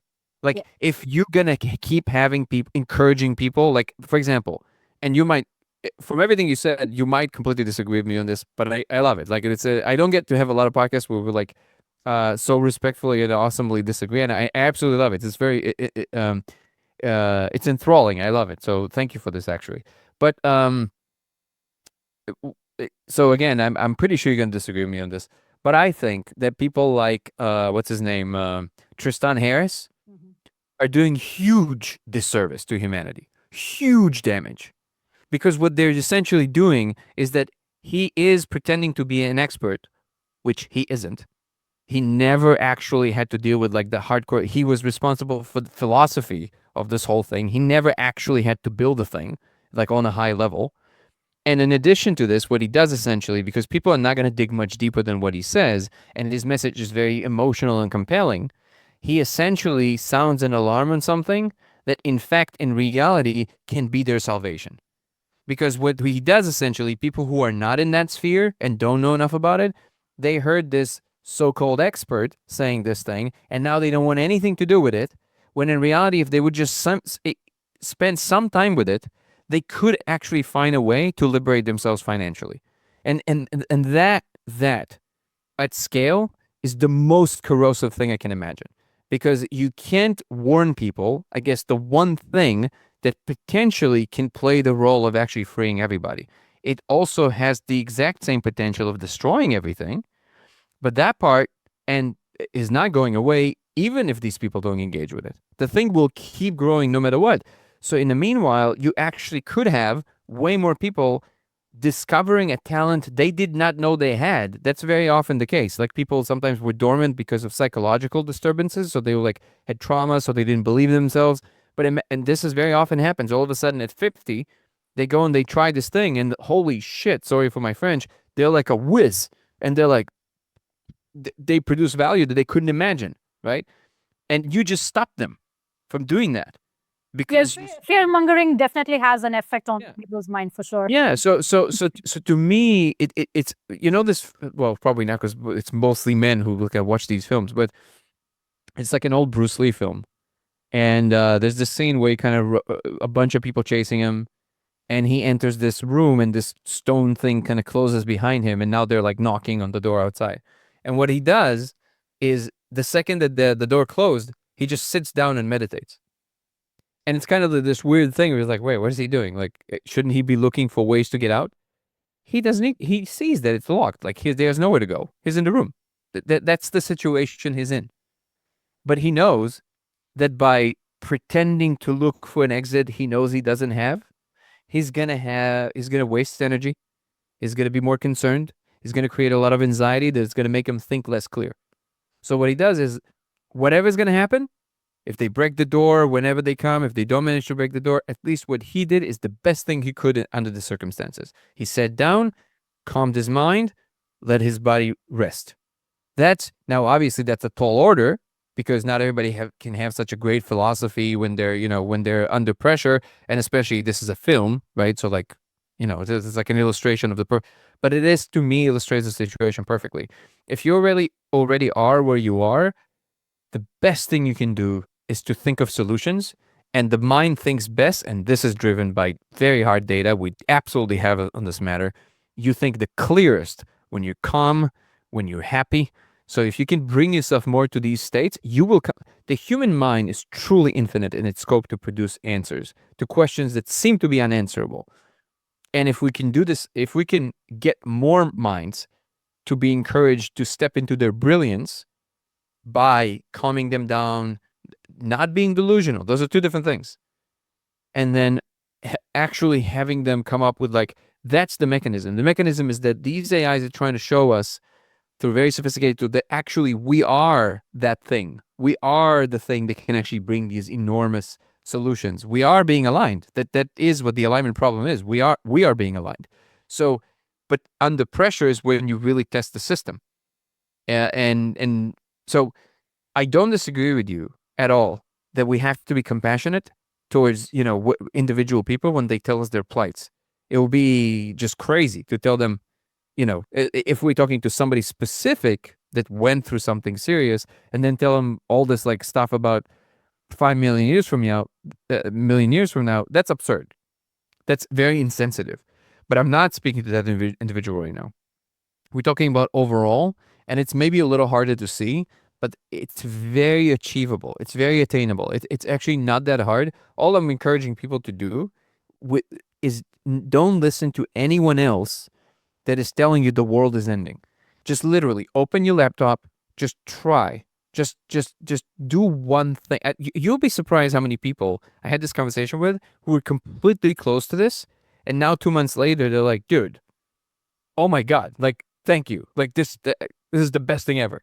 And because they all of a sudden, even if they didn't necessarily find a job through it, they discovered something about themselves. They became better at something, which is a very encouraging and forward thrusting attitude. So like there's a difference between delusion, which is just denying the situation over there. If you're one of these people that have access, wherewithal, know-how, and you can drive policy change, you should be in the front line doing that. There's no question about that. You should be helping. But if you can't, focus on the one thing you can change, which is your immediate circumstances, even if for no other thing than your state of being, your state of mind in that moment. Just breathe, because I think that ultimately, in the aggregate, that's the only thing that can work. I don't know. To me, it's pretty like clear cut. Like that's the most black and white I can think of. Black and white thing I can think of, which is that a calm mind, always 100% of the time, better than a super worried mind beyond the ability to like think straight. Like that to me is pretty black and white. Um, with the full admission that I can't expect people who just, lost their job or something to just kind of, oh, yeah, it's all fine. No, of course. Yeah. It's like, I understand. I get it. But like, and you said it yourself, like, it seems like you have so much compassion for other people that really you're defending their right to have their moment of frustration. I am not denying for 1 second that they should have the right to do it, but if it marinates for longer than it needs to, and it actually prevents them from seeing solutions, I no longer think it's a compassionate thing to keep encouraging them to do that. I think that we should encourage them to try and find these solutions, and I do think that we can actually create mini collectives of people that maybe a community of people like that lost their jobs. Here's an idea, like a collective of usually software engineers. They're brilliant. So like a collective of software engineers who specifically lost their job to this particular thing, they can form a company together. They're super driven to make a difference. They have the skills, they have the know-how, they have the drive. You know that because now they're like, they gotta make it happen. It's exciting. It's, here's the same situation. Here's one way of formulating it, which is actually constructive, versus just sitting at home and being depressed and like, oh, I'll wait for this to blow by, which I know is not what you're saying, but I'm using a caricature version of it. So that's all I'm saying. Yeah. See, I love the positivity that you're trying to spread. Comparatively, I sound like super negative. I completely get that. And also, I think there is a personal responsibility plays a big role here. The example that I told you, like, hey, I've had some hard times, but never once I pointed my finger at somebody to say, oh, it's because of so and so reason. Because because I was in the mindset that get up and fix your shit. That was always my mindset. But again, it's just like individually speaking, hey, yeah, I agree with you. But like when you take a step back and then when you see like how many people are like figuring out, wait, I just studied this and I have my loans here, but now I can't get a job. What do I do? It's just that kind of like a situation that I'm like worried about. And also, see, I'm all for like the evolution of tech and all these kind of things. The Tristan Harris, he has some great points, but I completely agree. Fear mongering definitely impacts how you think and how you process the situation, and things like this. So that is there's no only pro or only con to anything that is going on. There is pros and cons to everything. So I think there's a lot of individual responsibility at play here, but also the thing is that like there's also like a concentrated level of like this tech power with the Nvidia or Meta, Facebook, etc., like Instagram. These are, it's all kind of like all managed by more or less 5 to 10 guys, and whoever is like right above them.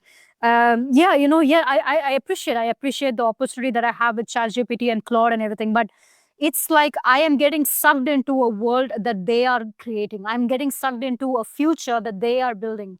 And you just said like 1 hour back. But I just don't think it's a future they're creating. They're creating a tool that has a life of its own, so to speak. And it does things that even surprises them. That determines our future. Actually, you just said it by yourself. I think we keep talking about AGI and everything. I think wherever we are heading, the future that you and I are heading, maybe it's us. We are probably those machines that we keep wondering about or like talking about. Looks like that is where it's also like going. People are marrying less and less. People are having like less children and all these kind. And Oh no, I don't. I do want to be clear. I don't mean machines in the soulless way. We were always that. The simulation is for. So basically, what I saw that was happening is that this simulation is basically a narrative based thing, but we are literally AGI in training. Like that's what we are. So basically, but I don't have to explain to you what the alignment problem is, of course. But so basically, how do you solve that ethical component? Like, how do you make sure that ChatGPT, before it becomes Skynet, doesn't crush us like a bug when it becomes a god, right? So like, how do you make sure that that happens? Well, if you're going to think about it in terms of isolated cases, that's an infinite ethical whack-a-mole. You're never going to solve it because the amount of things that can go wrong is literally infinite. And I don't mean very large. I mean literally infinite, right? Because however many situations you can imagine, every single one of them holds the potential of it going wrong in so many different ways, right? So if you tell it to do this one specific thing, these other three problems pop up. Like that's just how it is, right? yeah. But what you can do if you can figure out how to do it, you need the right technology, of course. You need to create a simulation in which the AGI in question is being trained to be a good person. Because a good person, by definition, is someone who's, to the best of their ability, in any situation, naturally and automatically considers more than just themselves. To the extent that they can do that, right? That's I would define a good person that way, right? If we have to kind of use these very, very blunt definitions. Well, what I saw is that the world we're in is literally one of these simulations, which is that essentially what you do is you break this enormous one mind into enormous number of like little fragmented agents called people, and what you let the AGI do is interact with instances of itself when it thinks it's not being observed. And what that does, it distills the essence of what that thing is. And you can't know the answer in advance because it's computationally reducible. So you're saying that we are in a simulation? We are. And we are the AGI. And slowly but surely, they're giving us more and more hints. Do you understand? Like, they give you more and more hints of the predicament you're in. Yeah. And see, I also partly think that we might be in a simulation, not because I have had the experiences that you've had with psychedelics or anything, but if this is reality, this is like so fucked up. So I'm like hoping the simulation really somebody's playing us as like a video game or something like that. Well, we're creating it. So my point is that what I see is that we have to move towards this more ways in which we actually make things happen together, because in order to pass the alignment problem, we have to. And then if you do pass the alignment problem, notice that even the story that we're telling ourselves, includes these elements already promised to us from all angles. people within the simulation, they're going to find their flavor of the story, but the story will stay the same. Religious perspective. We have to do all the right and the ethical things to get to heaven. Buddhistic story. We have to do all the right thing to be able to detach enough from this reality so we can achieve nirvana. Some reward according to the right things done, right? Technological story. Modern technological story. And again, with everything that we said, I'm already guessing that a lot of this will make you cringe, but that's the story for the if it does all work out well. Slowly, internet, interconnected. Here's how you can do things more at scale together, like ChatGPT, human thought all in one place, and you can literally ask questions. Right. The collective, right? Okay. Now, how do you become? Oh, wait, Neuralink, huh? And move things with my mind. I can eventually just telepathically tell you things. We can think into a shared space. We can feel into a shared space. Unification. Is stored already in the thing. But in order to get to that unification, you have to solve not just the mind puzzles, you also have to solve the interpersonal puzzle, which is the alignment problem at its core. How do you solve the interpersonal problem? How do you make sure that when you let if you imagine that we are Skynet, what they're asking is, if we let you out of the box, how do we guarantee that you don't just go out of control? We can guarantee it if you have a certain process by which, when you show us that you don't think you're being observed, you still choose the thing that isn't just what you want, but that you have a consideration for other things. And if that's an imprint in you, if that's something that you can show over time, you actually do naturally, you're good. And now you get to reunify, you get this all extra special superpowers, and you get to actually play the bigger game. Yeah. I really think that's what's going on. Okay. I want to touch on this once more, but before that, I want to understand how you came to this understanding or this conclusion. First of all, we started with the DMT thing. Like, when did you first take? But I want to ask you. You took for fun. You had a good time with the psychedelics and everything. But when did it get metaphysical? Like, when did these things? Because for people who are taking it fun, I think they have like fun ideas and everything. But when did it get metaphysical about reality, simulation, aliens, extraterrestrial, extra interdimensional? When did it get to that level? Probably about 10 years ago, maybe 11 years ago. So I started having experiences that were so realistic they were I could no longer entertain that they were mind made, so to speak. They were imaginary. Hold on, let me just make sure that I'm not missing anything. No, we're good. Um, so yeah, so basically I started having experiences that were so realistic that I could no longer compute the idea that this is all kind of hallucinatory. It was just too specific. Like what? Tell me what. Well, I had a being appear in my room that was as real as a person without any other hallucinatory element. So there was no you know, geometric shapes. There was none of that. It was just like a being that appeared in my room. What gray being? No.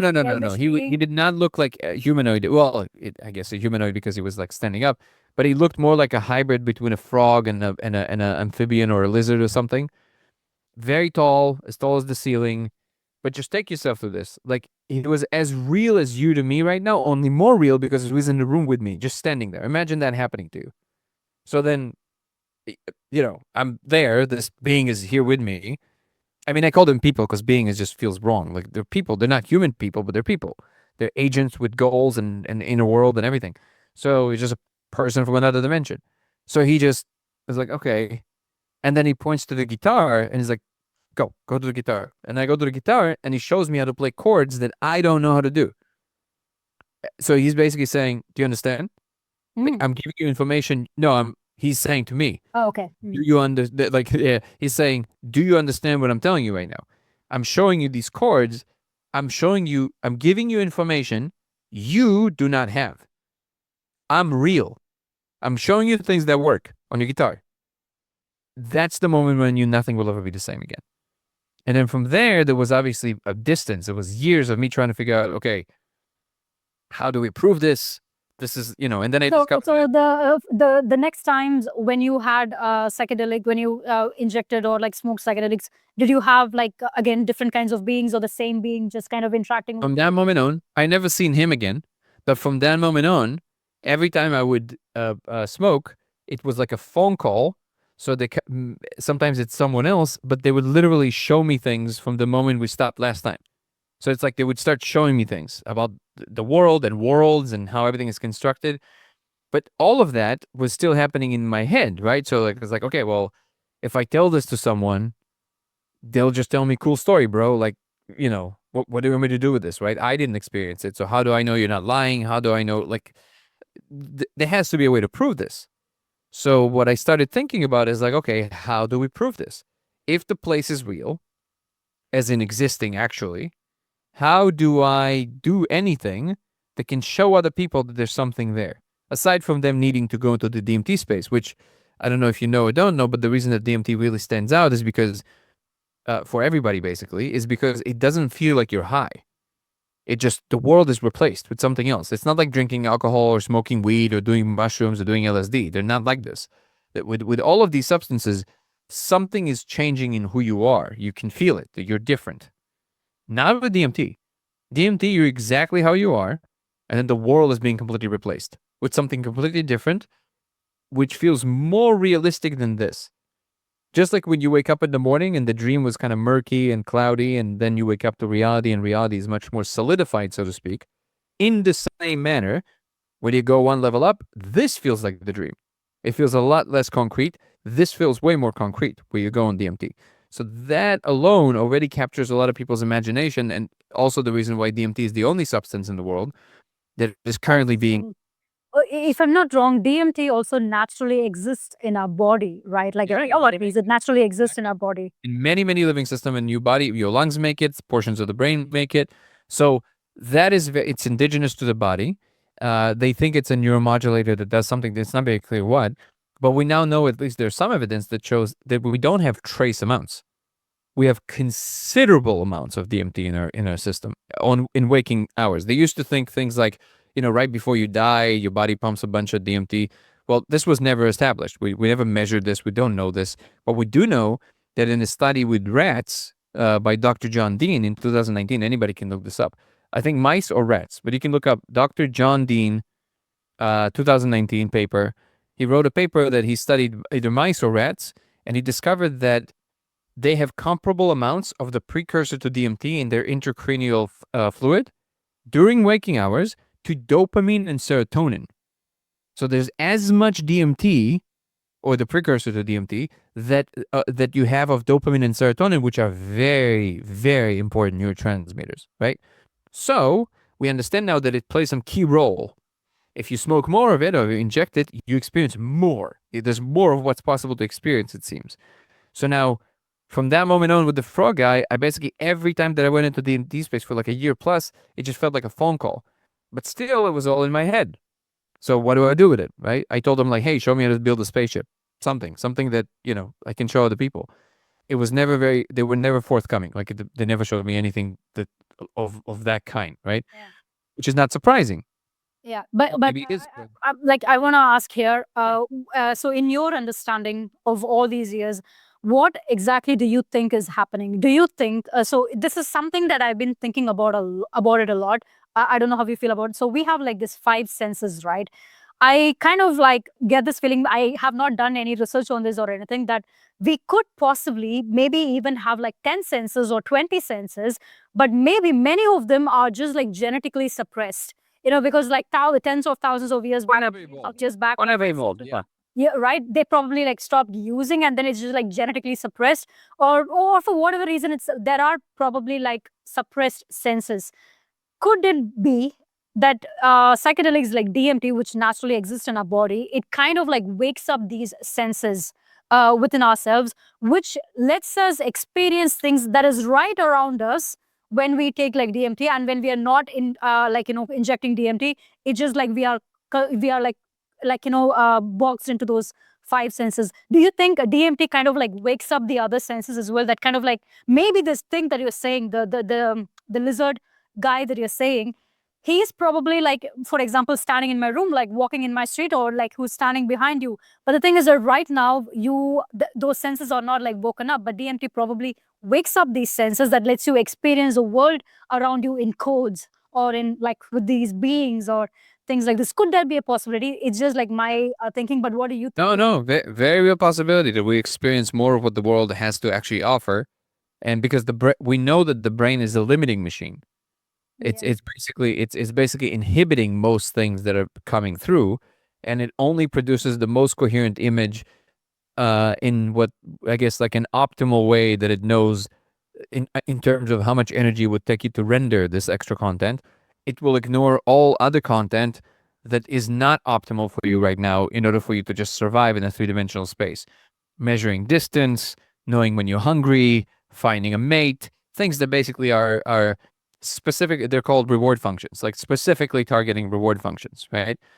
And in fact, Donald Hoffman discovered that he's a scientist that people can look him up, but basically discovered that he can show reliably, mathematically, that in any environment, if you allow an agent from a evolutionary game theoretical perspective, if you allow any agent to be aware of more than just the reward functions, like the underpinnings of reality, in 100% of cases, which is crazy, 100% of cases, these agents will lose the evolutionary game to all the other agents who are only aware of reward functions.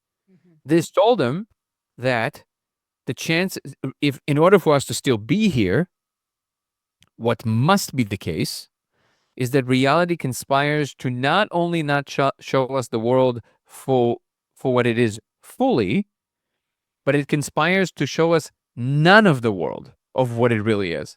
It's like all of this is basically like a desktop. That's it. It's just basically kind of like a way to allow whatever informational pattern you are to exist in whatever hyperspace it is by giving you this little movie that kind of tells you about distance, time, perception, things like this.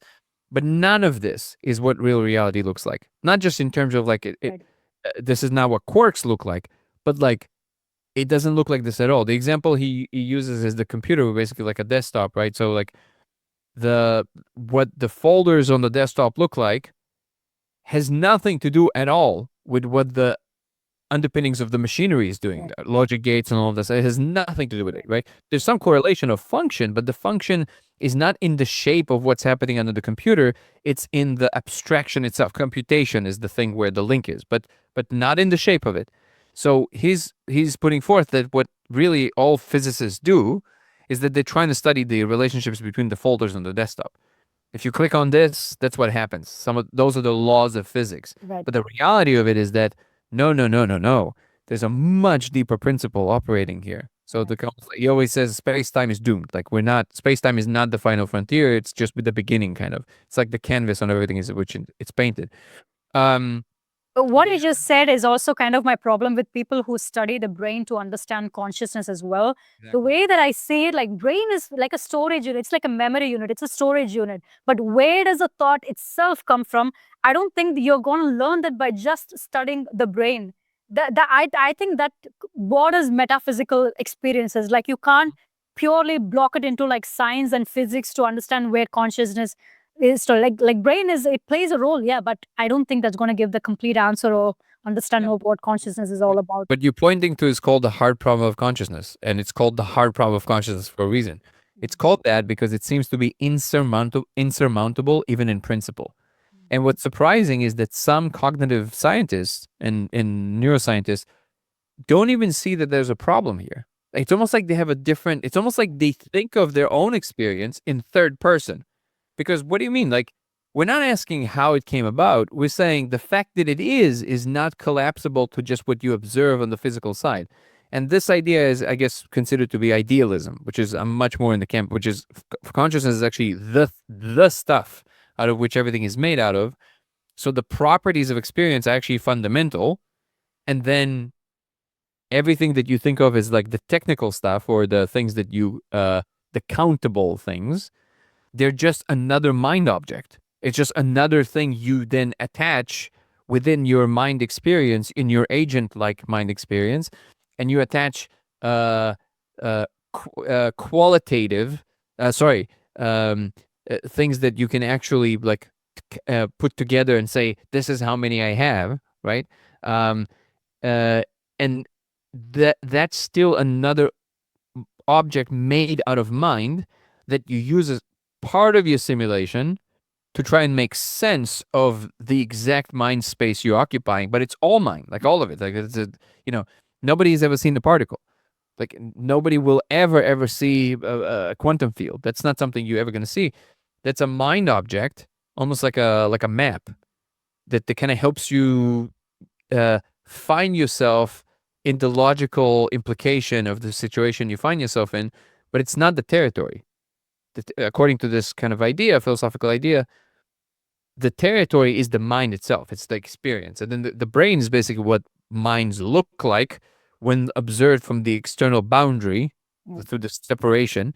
But ultimately, they're not really what produces consciousness. They are what consciousness looks like when you look at it through an external boundary, basically. So, what's interesting about what Donald Hoffman is doing and now collaborating with Dr. Andrew Gallimore is that they actually found a way to make this testable.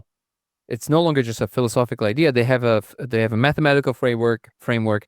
They use what's called trace logic, which is a mathematical object that allows you to kind of well, I will butcher it because I'm A, not a mathematician, and B, I only heard a very short, brief description of it.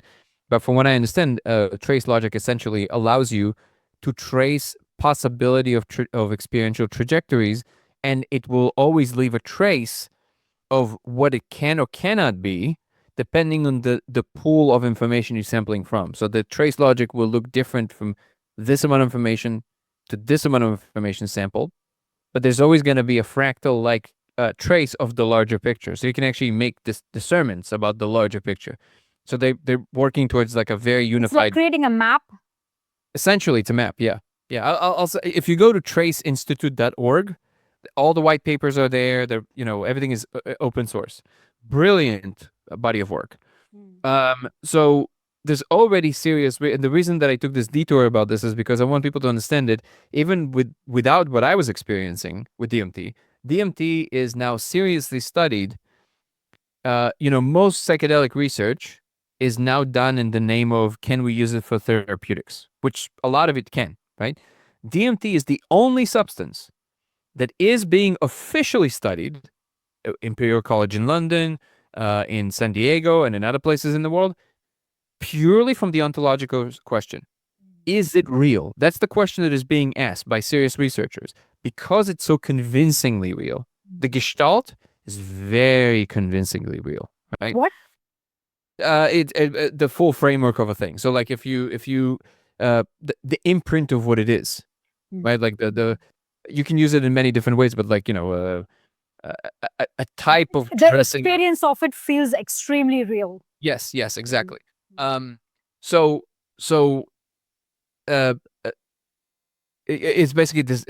Well, it doesn't matter. This word is basically used in cognitive science sometimes to illustrate a kind of an experience, like the thing out of which the experience is made out of, so to speak. It has a gestalt. It's a totality of what it appears to be, so to speak. Does that make sense? So if you have qualia, which is properties of experience, right? A particular type of arrangement of qualia would be a gestalt. That's all. That's all it means. I also love the word, so it's kind of cool. It's fun. But it's but essentially what I realized as I was going through this little experiment of mine is that I would have to find some things that I know for sure, and I found them. So I said, okay, well, I know that whatever it is that I'm seeing has to do with light because I can see it with my eyes. However else that I think the brain is involved, I can see it with my eyes, with my open eyes. So there's information carried by light to some degree for sure. Yeah, Binda, how did you come to that decision? What inspired you to, okay, let me try it with a laser? Why No, specifically a that laser? took years. That took years. I'm just telling you the beginning of this idea. So I knew that light had to be involved. I knew that if the space is real and not just some kind of a anthropic nonsense, then it has to have laws of physics, which means it has a geometry, even if it's not our geometry. It has a topology. With all of these things can be measured with numbers, and it must have a boundary because sometimes I see it and sometimes I don't see it. So then I asked, is it possible to find the boundary somehow? And if we find the boundary, will the boundary look the same to you and to me? That was the question. And then I started thinking about other, like, more sophisticated things like quantum computers, because specifically in quantum computers, you have a situation where a computation is actually done laterally across the worlds. Well, that's one of the interpretations. If you believe in the many worlds interpretation, then what quantum computers literally do, if you believe in the many worlds interpretation and not the Copenhagen interpretation, then what you have to allow for, Yeah, but or many worlds interpretation, it is an interpretation, right? I mean, it's not. all of it is, well, I'll tell you why it's the only logical interpretation. To my mind, the Copenhagen interpretation is not even an interpretation. So the only one you left with is the many worlds interpretation. The Copenhagen interpretation is not an interpretation, is because it tells you nothing about a thing it's interpreting. What it's saying is that the wave function collapses. It does not describe how it collapses. It does not. There's no mathematics that tells you what happens during the collapse.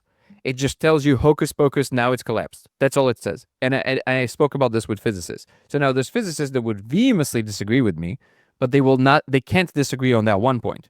They would say that there's still a way that it still has descriptive power that is more powerful than the multiplicity of the many worlds interpretation. But that's a different kind of argument. That point stands. In a physical theory, not a philosophical theory, if you consider it serious physical theory, you must describe the mechanism by which the thing you're saying happens. In the Copenhagen interpretation, there's nothing that is said mathematically about the collapse itself. It's just asserted. So that's why it's not an interpretation. So now, in the many worlds interpretation, I highly recommend anybody read the Fabric of Reality by David Deutsch. David Deutsch, yeah. Yeah, there's a really good outline of this, of why it actually the thing that holds water. But however it is, that's not even my main point. The point is that, well, what I was thinking was, because I didn't think of it in terms of simulation, I was thinking more along the lines of like parallel realities or something.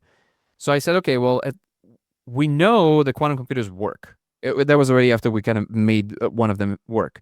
I think it was D-Wave or something. Something was already rudimentary there.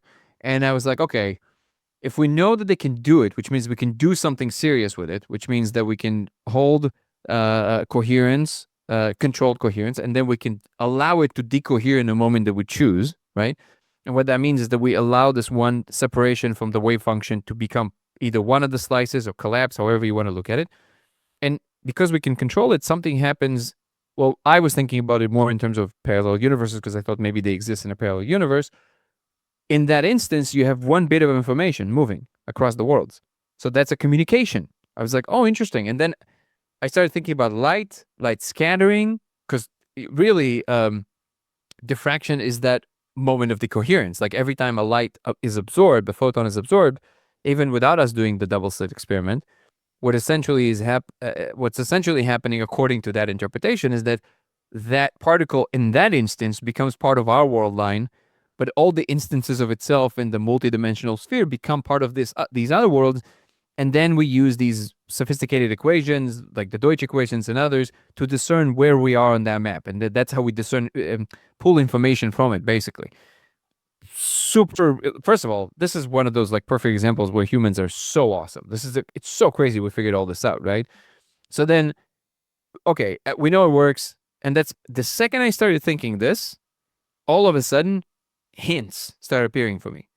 And this is where it kind of gets wild, because the hints were like very much of this like very kind of, synchronistic nature, which if you tell this to a scientist, they immediately lose you. They're like, yeah, I check out. I can't listen to this. Yeah, there are some experiences you can't prove. Well, you can, but it doesn't hold water because it's not a methodology. Like, you telling me you saw this number on the floor and you found a physics paper, like, get out of here. Like, this is nonsense, right?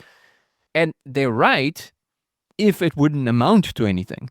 But eventually, by following this little thread over years and years and years, obviously there was ideation behind it. I wasn't just like blindly following it. But together, somehow, it collected to this idea that a laser is supposed to do something.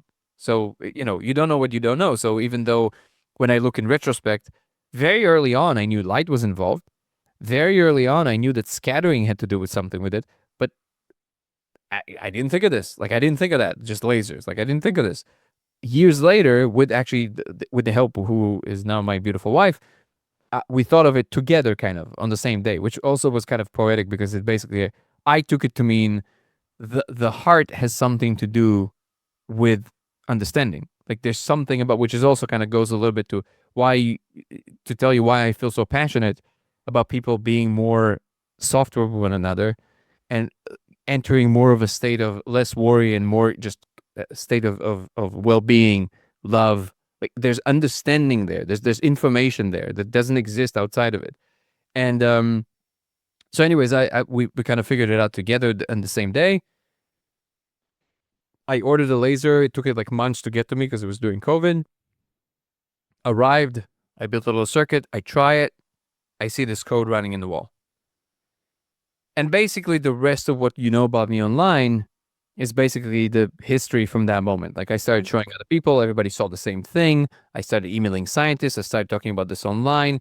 And to your question from before, when this started happening, they, whomever they are, started showing me things that are much more specific. So they all of a sudden start showing me things just like directly, just like here's how things are.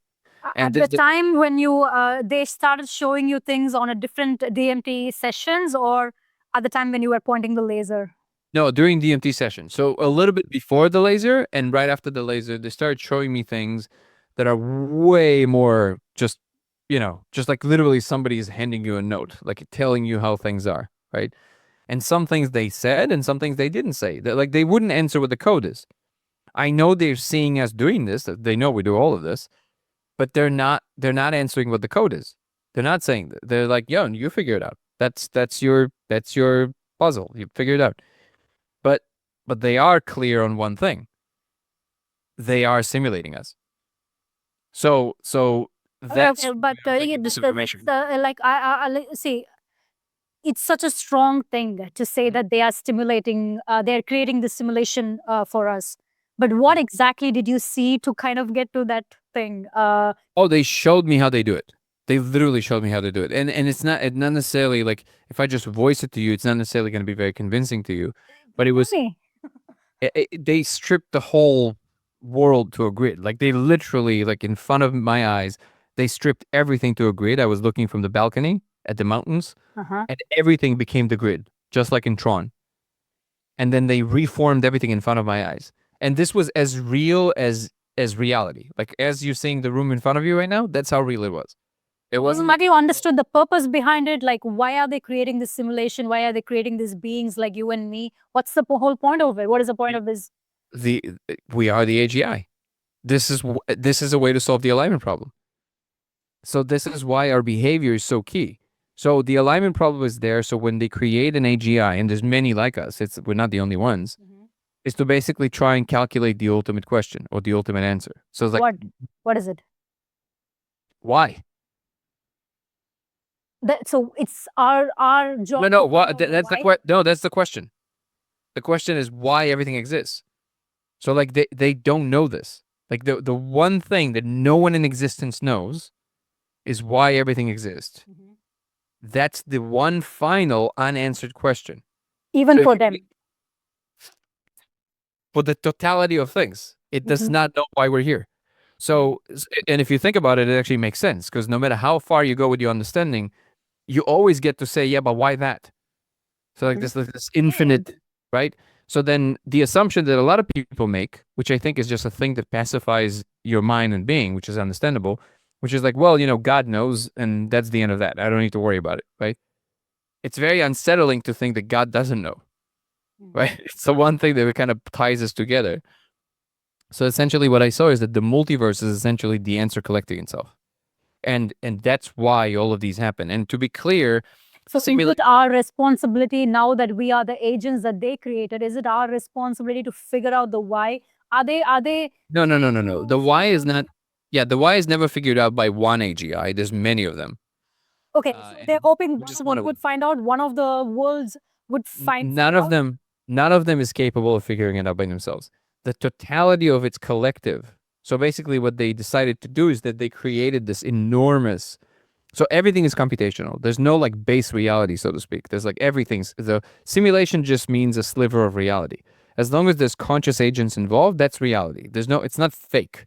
It's not like it doesn't matter, or like if there's conscious agents that can suffer, that is reality. So simulation. Would you say you and I are conscious agents? Yeah, of course. So simulated. All I'm saying is simulated doesn't mean fake. It's not fake. It's reality, but it's computationally rendered reality, right? But everything is. Nothing isn't, right? So because it's computational at bottom, that's the rules by which it all works. So then what I saw is that how do you answer the unanswerable question? Well, kind of the same way that we do with calculus. You assume the limit. Essentially, that's what they're doing. So they're assuming the limit. So they basically run this enormous amount of simulations, and then they have this like super mega ultra mind that is the collection of all the AGIs that basically looks at everything, and it's almost like a heat map. So like a the I don't know, you go around like this with your head. I don't know what to what effect are you saying it. Your response is like this, so I don't know what you mean by that. Yeah, no, I'm listening. Sorry, Okay. yeah, this is some Indian tendency. Sorry. So, Oh yeah, like this. All right. It is very confusing to us. It's so funny. my friend It's so funny. is like, are you saying yes or no? That's so funny. That is so funny. It's amazing.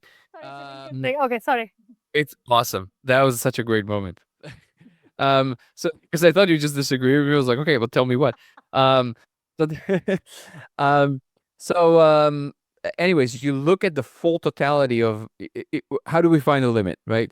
We make smaller and smaller slices of whatever that is, right? And then we assume that the derivative, the asymptotic nature of it, will tell us the full volume of whatever it is, right? So that's how we do it in simple calculus, right? Well, you do the same thing basically. You run an enormous amount of worlds, and you watch what kind of narratives and actions arise in all the worlds, no matter how different they are from one another. So even if the worlds are super different, you watch, is there a common denominator that arises in all of them that you didn't put in any of them? Is there like a vector, something that is pointing in the direction that was not instantiated in them? Are they all pointing somewhere that isn't in them? That's what they're looking for. They're looking at this like kind of like aim that happens from all the, and then whatever that direction is, that's where the answer is most likely is. The umbilical cord of existence itself. That's what essentially kind of like what they're looking for. That's what I saw. Okay, so they are also trying to figure out the purpose of their existence, and we are Everything. kind of like the machines that they have created in so many different worlds and like different dimensions, etc. And they are we are kind of like the agents, like you call it, like the agents who are trying to help them get the answers of like why. The why vibrates through everything. That's why it's in us, but it's in everything. They're trying to solve problems, which is what all life does, not just humans. It's literally in every point in space. So and it's not just humans. It's like things like us in other dimensions, and yes, it does kind of collect into this unified field at the end, which kind of like is the thing that executes all of these things. And the layer above us, they're just more like kind of like management company. So they're like basically kind of managing this simulation or a few of them, but it's all controlled by the architect, so to speak. So it's kind of like you have this like infinite attempt of answering this question. And the spiritual pursuit is actually embedded into that. Because like we said, one of the biggest things is the ethical component, and also the how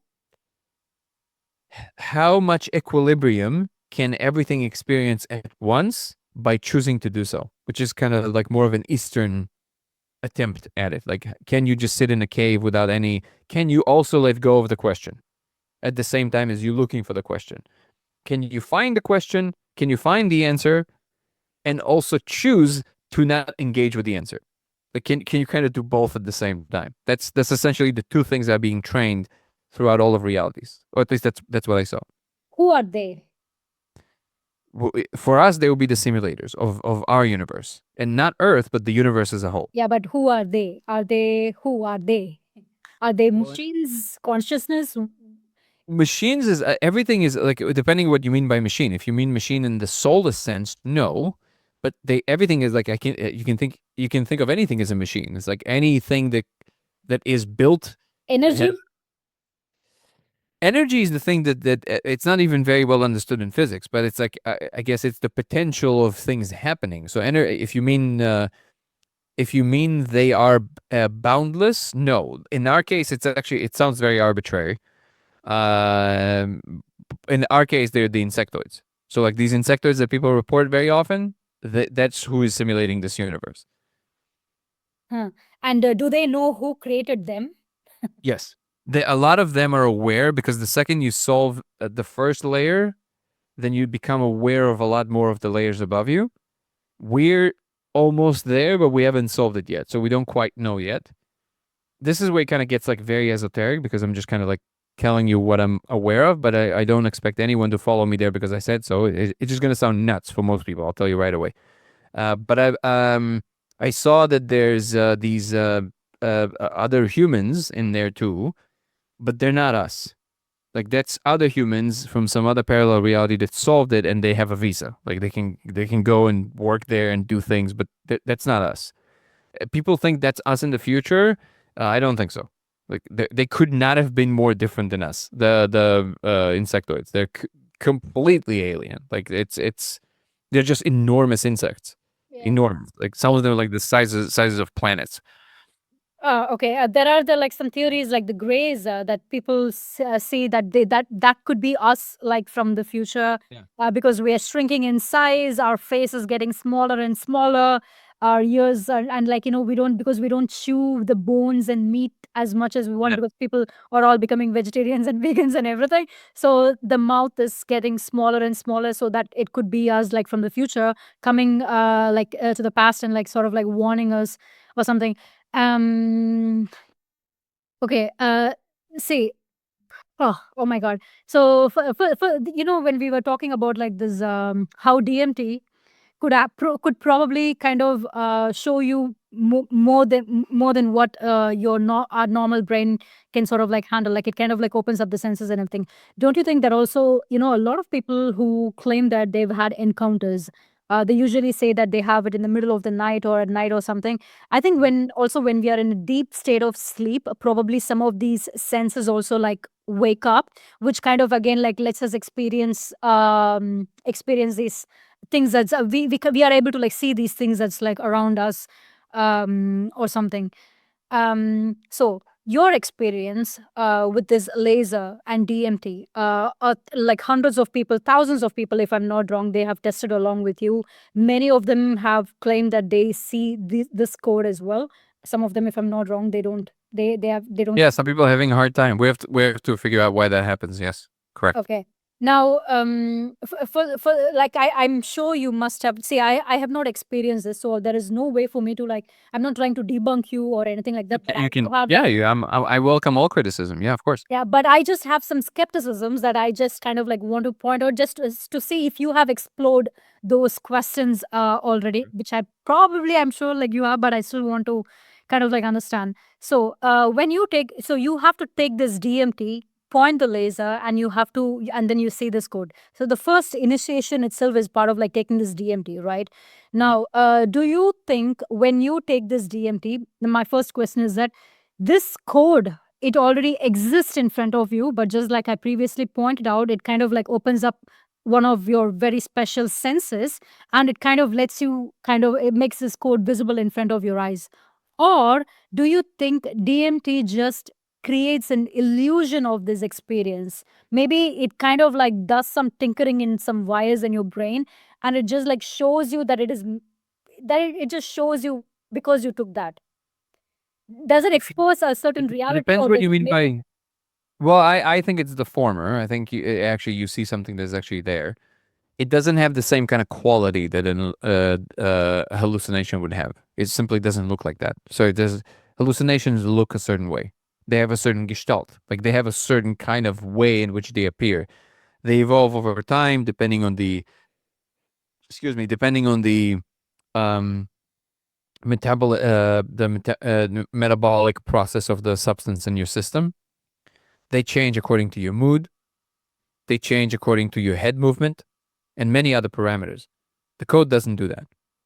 The code is just there, like this mug is here, like this. It just kind of sits there. It's doing a thing, but not in relationship to you. You can move the light around it. It will just look like you're moving a flashlight in the dark that reveals other sections of the same thing. You can look around. It will not move with your head. So you're moving around it, but it's not moving in relationship to your head in the sense that you would imagine hallucinations to be. So you nullify the idea that it's in the light, because if you're moving the light, it should move with the light if it's in the light. Uh, if you're moving the head around it and it's not moving, it tells you there's someone. Now you can play with more extravagant ideas, like for example, maybe there is a very convincing projection happening by the brain. Okay, well then doesn't really help you though. Like, how do you then know the difference? Because the realism of it is what you kind of really grabs you. The truth is that even if you see it by yourself in full, you don't need anyone else to tell you. You know right away you're looking at something real, because it's just like it's just that kind of a thing. Now, obviously, ultimately, you have to establish this somehow. But in that moment of you experiencing, it's very clear to you that what you're seeing is very unique. We are now. I have a nonprofit called Code of Reality with my partner David Carter, and we are now starting an actual research center in Colorado.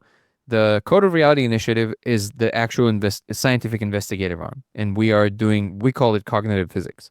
It's essentially the physics of cognition itself. Like, what are the rules by which cognition? So that will be the difference between neuroscience and what we do, which is neuroscience asking questions about the brain. We're saying, no. If consciousness is fundamental, what are the rules by which consciousness works? That's what we're asking, right? So then, um, for example, we developed a method uh, right now with vibe coding. It's relatively easy to do. It would be almost insurmountable to do without a software company before. Here's a perfect example. And we did it in like less than 2 days. We basically took a very high resolution image of the laser band.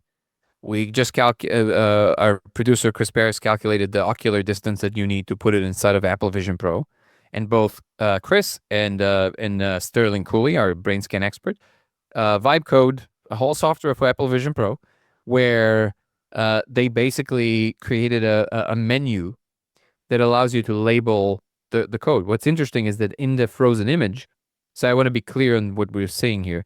When you're looking at the band of light of the laser on the wall, when you see that the code is kind of doing something, it's executing, it's doing some kind of a thing. If you take that super clear image of it, it's a static image.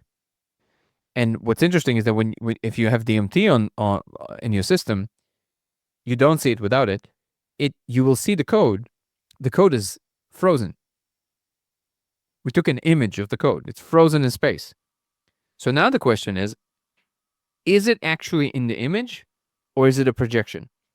And the way we're set out to decisively conclude to discern this is this software. So basically what the software does, your brain is being measured in real time. And then let's see, I see a symbol. So I will click on the symbol. The computer will register the brain event in that moment with 5-second tails on both ends, 5 seconds before, 5 seconds after. So you have a bit of a margin there. Then obviously it also registers the exact location, coordinates on the screen. And it opens a radial menu that gives you an option to choose between 6 symbols that we have discerned topologically are the most commonly reported kind of symbols. So you say, so now you have the mental event, the location, and what you reported that it is. And then you keep doing this. And eventually, after 1,000 of them, AI will have a pretty good Rosetta Stone of how you reporting this and what you're actually saying is where, right? Coupled with the brain events, which is the real kind of like quote unquote objective data, right? Then you compare it with other people. If in fact, with multiple individuals, we will discover through this method that yes, people literally reporting the exact same symbol in the exact same place over and over and over again, then you have essentially proved that there's at least information in the image. Yeah. So that's one way in which we're doing this, for example. And Danny, before you did this experiment, you've had probably hundreds of sessions of DMT before, DMT experiences, right? And you've had some visuals. You've had certain experiences with beings and everything. Don't you think you maybe could have gone into this experiment? In fact, you were motivated to do this experiment, right? So maybe don't you think like sometimes the mind, like as I think even as like a normal human being, when you like push yourself into a certain experience, you're very likely to experience that. Do you think like you might have you drove yourself into wanting to experience a certain thing, and you experienced it. Absolutely not. But not only there was never my preference. Like none of the stuff that I told you, if you would ask me how I think the world is constructed, I would never tell you anything like that. Like I'm a long time meditator. The world, the way it makes more sense to me is that it's some kind of a unified field of energy, and we are all in some relationship to this energy, and it's more of like the liberation comes from actually like detaching yourself. If it's none of this almost almost cartoon esque kind of description of the world, in which there's insectoids that are simulating the world. None of these things I would voice to you as something that I think is going on. Like never in a million years. So that's just not in the cards for me. It's not how I think. But everything I just told you nullifies that proposition. If we discover that there's the exact same symbols for multiple individuals, that's not fakeable. By definition, if you identify that there's a correlate, not a correlation, if you identify that there's the exact same kind of a symbol as discerned by the brain scan, and the report of the symbol is the same across individuals, that's proof positive that you have information in the image that is actual information that is outside of us, so to speak. And in addition to this, DMT is really not like this. Good luck trying to conjure the kind of thing that you want to see. Good luck with that. You've never seen things like this. It's not like you see like a funny bear with like things that you with a no. You see things that you couldn't even imagine was possible to imagine. You couldn't have even considered that it was possible to see something like this. It's not the kind of thing that you can say. It's like you look at the box and then the box starts flying, or the box starts. No. It's nothing. None of the building blocks in DMT, when you go into this other realm, are like anything here. There's not even a comparison to be made between the building blocks of how the worlds look like. So no, that's like a hard no. Like in DMT, if I talk to you about owls, you're not all of a sudden going to see owls. It's just not how it works. So even just with DMT itself, that whole premise kind of falls apart. But the for the extra skeptic, my answer is very simple. What we have to do is to discern whether there's a cross personal, so like between individuals, you have repetition of the exact same data, Yeah, but the not thing is, the same kind of data. yeah, now the thing is that I'm inspired. I let's say I'm inspired or motivated by what you just experienced. This makes me tonight, like take the DMT and point a laser, and I want to see it. I'm expecting to see it. Don't you think the brain could or the brain or the DMT again could generate such a vision for me, because I'm Good, but it doing it wouldn't like be. expecting it. But it's not how priming works. So if I tell you, for example, about something, right? If I then change it, you should be. If I convince you enough about something else, it should change again, right? But it doesn't. It always comes back to the same thing, and we ran it in every which way. We told people to look for something else on purpose. We did this, so we told them to look for something else, not the symbols the way they appear. And even in these cases, people come back and say, "We didn't see what you told us to see, but we saw these weird Asian looking characters." Like it's always the same thing, no matter what you do. So what people say about it has very little influence as to what people are actually experiencing. Now that is still anecdotal because it's like I'm telling you about it. The only way to conclusively discern this is how I described to you, which is like you have to take some external measurements and start comparing between people. That's the only way to actually truly say something of value about it that science can actually put its teeth into. Okay. Now you say that you saw Asian looking codes, right? Correct me if I'm wrong. Have you guys been able to decode even one I of I these don't characters? I think that's very premature. I think decoding it is just the wrong modality here because you don't know what you're decoding. If you anything you're decoding, you already know there's something to decode there, right? So like if you're No, trying to I mean, what I'm trying to ask is that is there any relationship with some ancient languages or ancient symbols or anything? no. It's not Japanese. It's not symbols we know. It's just kind of like a general ballpark of what it kind of looks like, the feeling of it, right? But also we don't know that it's language. We don't know that it's code. We don't know anything about it. So that's what I mean by that. Like when Have you you brought in decode, a linguist? we have actually, but I actually think that was irrelevant. So like, um, I'll tell you why. Specifically, you first have to see what you're dealing with in order to even know what direction to go. If you're trying to unscramble, decipher the message, the challenge is what was the key that was used to scramble it, right? And if you can have the key, you can kind of unscramble it. But you already know there's a message there. When in a war, one army is trying to unscramble somebody else, you already know they're sending messages. You just know it's scrambled. But knowing that there's a message there, that's a lot of information, right? If I'm trying to discern an old language that nobody has ever known before and we're trying to figure it out, we know a lot about it, even if we've never seen it before. We know it's human. We know there's only so many ways in which humans make languages, and actually the rules by which this happens are pretty limited. Like there's not infinite ways of doing it. There's something called Zipf's law, which is a special case of Moore's law. It's like you have like actual statistical calculation of how often some words are used and all that stuff. There's a lot that we know about how language is made, right? So when I'm starting to decoding an old language, I already know that it's a language. That's enormous amounts of information. Right now, we know zero things. Zero things. So what are we decoding? So Yeah, but then don't you think it is much more important to first decode before we treat this as no, because as a scientific experiment? you can't decode something you don't know what it is. That's what I'm trying to illustrate here. I get that, but Yeah. shouldn't that be like the first order of business? No, the first order of business is to understand what you're dealing with. The way you do that is you're trying to perturb it. So you first find one way to find similarities. So for example, if we find that in fact these characters are the same between people, then it makes sense to start creating a catalog or an alphabet of all the most common reported images, because now we have certain confidence through AI that actually we are dealing with the same characters and not just kind of like proximities to.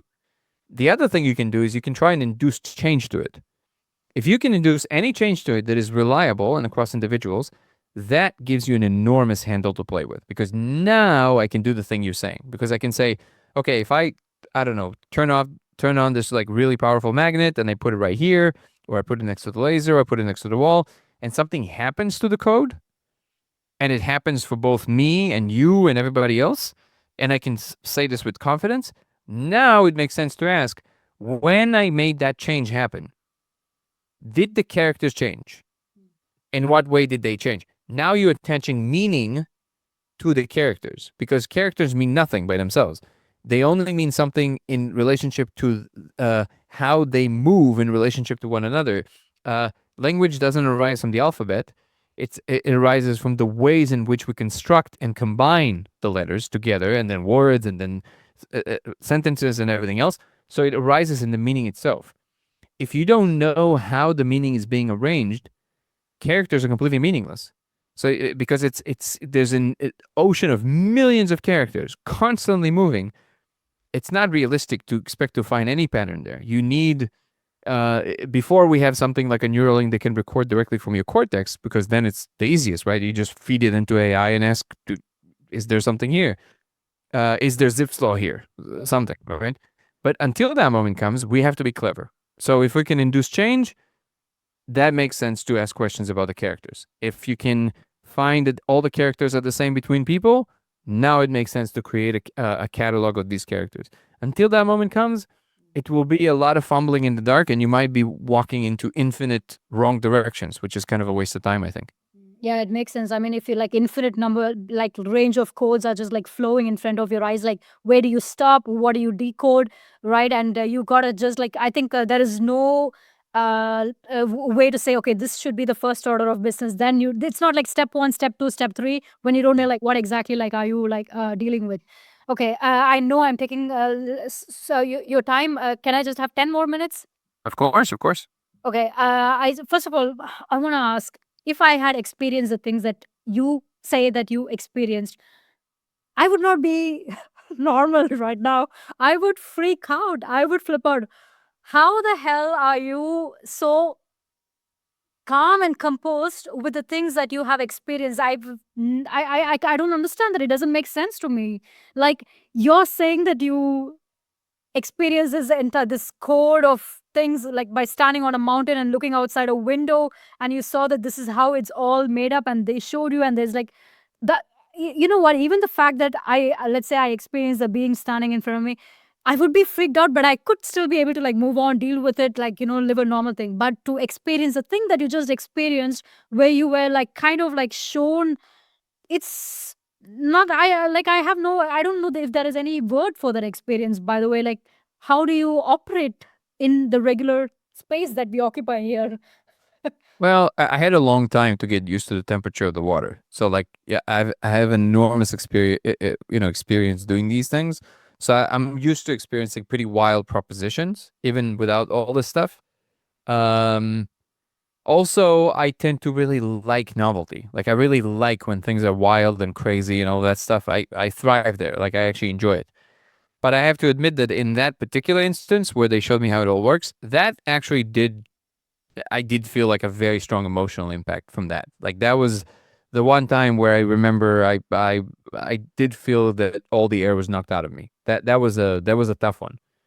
And I think that's why they were so reluctant to say it for so long because it does to Because some degree. everything, it's not just like what you grew up with, the knowledge that you grew up with, but I think you also carry a collective human knowledge, right? This is what we are told that we are. This is the thing that we are told that this is our reality, this is our plan, and it gets completely shattered by something that you experience. Like, I think it's told to a lot of people in different ways. People, I think this is communicated to many people just in different ways. I encounter a lot of people with completely normal jobs, including ones with a lot of responsibility, which is also why they can't really talk about it. Like I had lawyers email me, doctors, and obviously they say like I can never talk about this. I'm going to lose my license immediately, right? I had a judge email me, which I don't know why I always mention it because it was like super. I don't know why I considered the judge kind of like being above all these jobs. It sounds super important, but yeah, it's like this is happening. People are informed, not necessarily the flavor of the explanation that I'm putting forth, which is like we're simulated, but the fact that there's way more for real and not like as a metaphorically.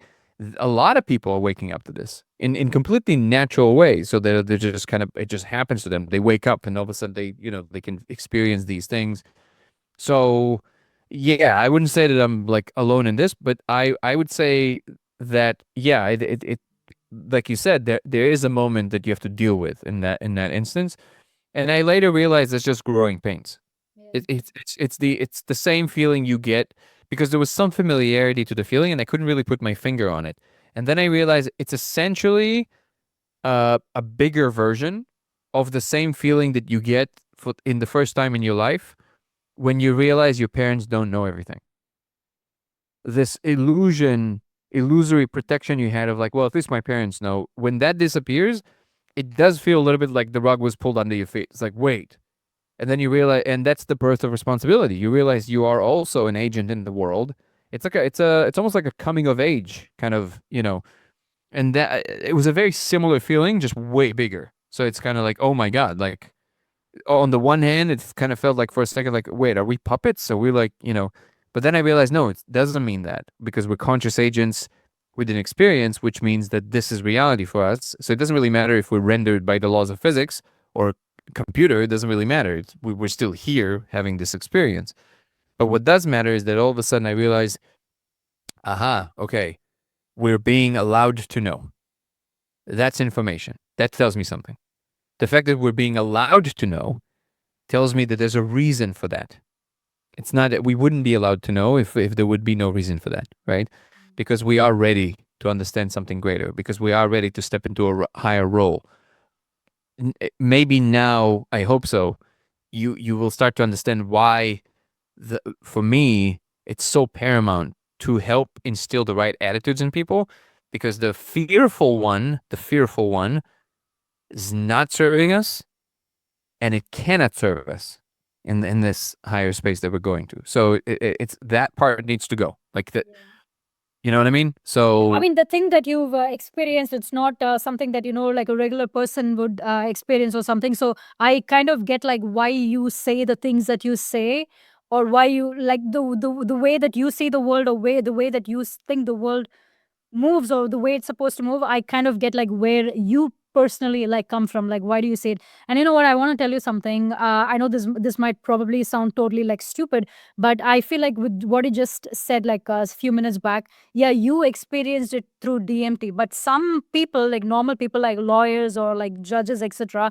they do also kind of like have an awakening of some sort of, like they kind of like get the feelings or emotions of something pops inside their head or their body or something, and then they feel hints of it, but it's just so you can't like speak about it because you want to still operate in a normal world where you have to go see your colleagues and everything. I have to tell you something. I that when you said that, it made me feel a little bit seen. Actually, and I always operated like right from a very young age. I've always operated like, if I talk about, I've always like right from when I was a kid. I've always been, so when I'm talking to you, when I'm talking to somebody like you, I'm very grateful for that, and it's not just a mere curiosity why I want to like talk to people like you, because I feel like there is like a, hey, like, don't you want to find the like it's like an inner dialogue. Don't you want to know more? Like, because I think it's kind of inner dialogue. Like, this is what you want to know. This is what you want to know. So go and talk to people like this. Even so, I don't know if that makes sense or not. So No, it does. Of course, you want to be connected. Terence McKenna used to say, "Find the others," because you want to know you're not alone. You want to know that yeah, you're exactly. crazy. Because I don't get to go to sit in my office. No way I can like say these kind of things. Hey, whatever the world that we think that we are in, I don't think that our understanding is absolute or it's like completely correct. I think something beyond our comprehension that is like going on. Uh, Mhm. I can't go and tell this to my manager. It's like fucking impossible. Your manager will surprise you. Because I've seen some cases where people just don't know because they don't tell each other, and then they discover, oh my God, you're also experiencing this. Yeah. So this is actually way more common than people think. Yeah, I mean, there's like okay, well, like one last question that I want to ask you. So now that you know the thing, and now you also know that the role that you play or that we play, as per like your understanding, how do you see as like, what do you think then our role is like right now? What do you think? Okay, let's say we are all agents. What is the role of our agent group? To solve the interpersonal problem. That's what that's what's on the agenda. Interpersonal. We solved a lot of the technological. Yeah. Solve the interpersonal problem. You can't go explore the stars without doing that. You can't. You can't play the competitive game if you try to make a plan for 1,000 years. It's impossible. That's just from a game theory perspective, it's just the wrong game. So the competitive game is really good for short bursts of innovation. 10, 20, 30, up to maybe 60, 70 years if you're charitable.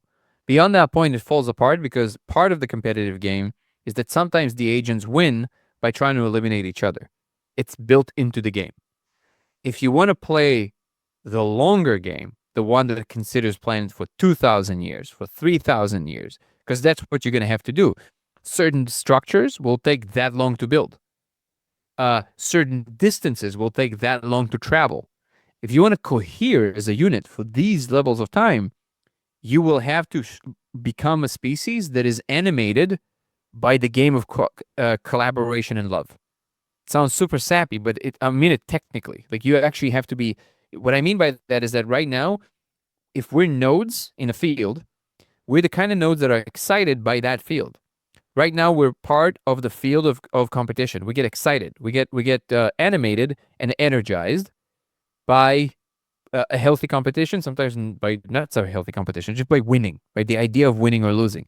Again, it's good, it's fine. So give us everything we have right now, but it's no longer sustainable for long periods of time. So what they're saying is, if you want to go play out there and deep within here, you have to solve that problem. How do you create a species? So how do you raise your children, in other words, to be the kind of nodes that are excited, energized by the prospect of collaboration for the sake of itself?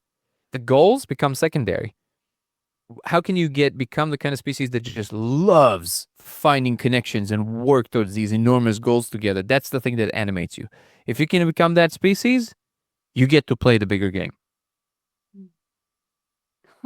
Well, Danny, thank you so much. Really, I'm really, really grateful for your time and for like being so generous with like sharing your experiences with us. So thank you so much. Really, I'm really, really grateful. I loved the conversation. I know we I had love it. this disagreements and Oh, everything, but it was my favorite part. Don't that was my favorite. I don't. I love a healthy, as long as it's done in good spirit and the out of a place of really understanding each other. That's exactly what we're talking about. yeah, There could be disagreements in the collaborative love game. yeah, If in the end of that, we as the nodes still have love for each other, but like real one, not performative, but actually like, we can like argue about whatever it is. But if something happens to you, I'll be like, oh my God, I want to help, right? So like that's the kind of people that we want to be. We can disagree on things. It's totally okay, and it's much more spirited, and a spirited discussion. I haven't had it in a while. I actually deeply appreciate it. It's a real blessing. So thank you. yeah. I think that's true. Like, actually having disagreements is super healthy. But at the end of the day, you should also make sure that you're wishing each other well. You still want each other to be safe. Exactly. And we are, and I mean, we are not disagreeing for your sake or my sake. I think both of us are agreeing and disagreeing for the collective sake of things, Yeah. based on the experiences that you've had and I've had. So that's also, I think, one of the things. I don't have to experience the things that you've experienced and vice versa, but we could still find a common ground, and for the betterment of everything that the place that we occupy actually. It's beautiful, and I absolutely really enjoy your energy. And in the spirit of that, I want to encourage people. Here's things in which you can actually train your algorithm. By the way, go and literally search in the search button on purpose a few times a day. I follow this account. There's many like this. Good news from around the world, and nobody will tell you about. It's amazing. Right. And then it kind of tells you like Right. actual, like real amazing positive things. Somebody solved hunger, something like, and we're like, oh my God, it's happening? Yeah, it's for real. There's amazing things happening. You just need to be aware of them. There's this, after the whole thing that happened with Charlie Kirk in Utah, they had an election. There's a lot of examples of this happening. Things are not as dire as people think. This election happened where both from I think it was Democratic and Republican. It might have been from the same side, but I think it was Democratic and Republican, which is even more beautiful. Basically, the both candidates, you know how they do the commercials against each other usually? They did a commercial together to show, and then they said, "This is my name, and I think you should vote for me. This is my name. I think you should vote for me." And then they come in together and they say, "We disagree with each other about what we should do, but we don't disagree about the fundamental values of what we should steer for the betterment of society. So even though we disagree with each other about what is the best course of action, we want you to know that we are planning to work in collaboration no matter who wins." That that is the future of what we need to do, and that's already happening right now because of World Cup. It's my new favorite thing. A bunch of people from all over the world, maybe you've even seen it, like from Europe, from Asia, from everywhere, because they come to America, to the US, because there's so many negative news about the US. A lot of Americans kind of have this like self-loathing kind of perspective of themselves. And what's amazing is that when all of these people come from all over the world without the news, they just hear and they watch how people actually welcome them, and like how Americans are amazing. They really are. So like most of Americans that are like, especially in rural America, they're super welcoming, super kind. And you see these millions of people posting these videos. I'm like, oh my God, this is great. This is the best thing I've ever been. Like, it's amazing, right? And people start celebrating each other when you collapse this distance of what the narrative is telling you that it's supposed to be. And I'm not even saying that it's some nefarious players that concocting this narrative. They're hostages of the business model. They have to stay in business, so they have to put the thing that they know you will consume, and people consume drama more than anything else.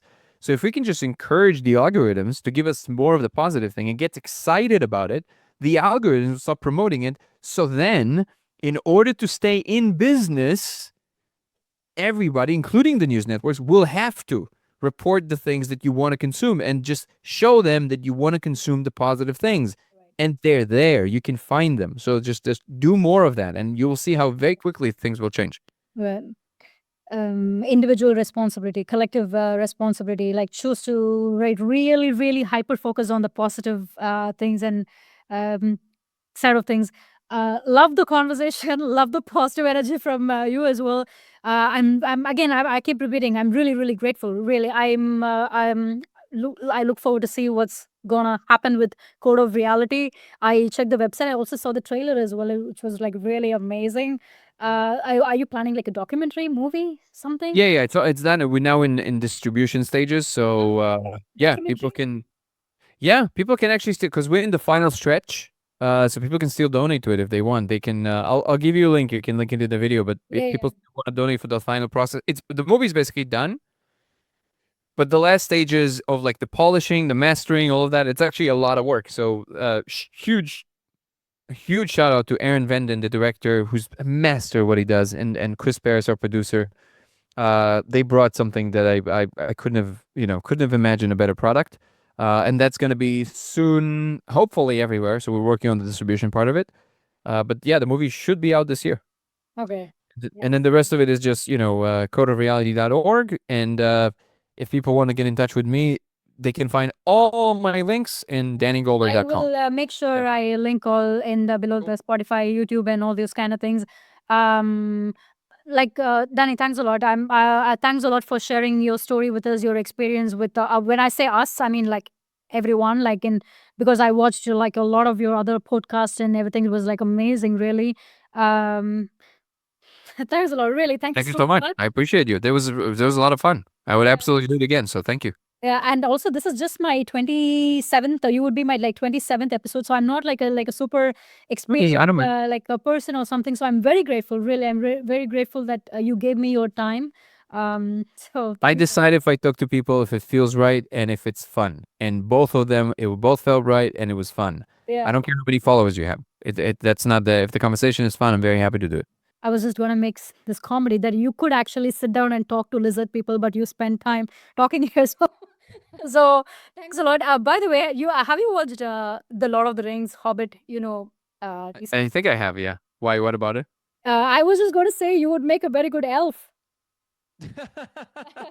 Yeah, That's always funny. you kind of have that face Yeah, cut yeah. and just need a blonde hair. You already have sort of like Yeah. a shoulder length hair and just a longer hair, and you would actually make a very good elf. And I'm guessing like you're kind of like tall, so it would probably I'm actually not that tall, but I appreciate the no. compliment. But you have the Yeah. elf like look. Actually, the elves have like this clean parted, like this middle parted hair, and it's just like flowing.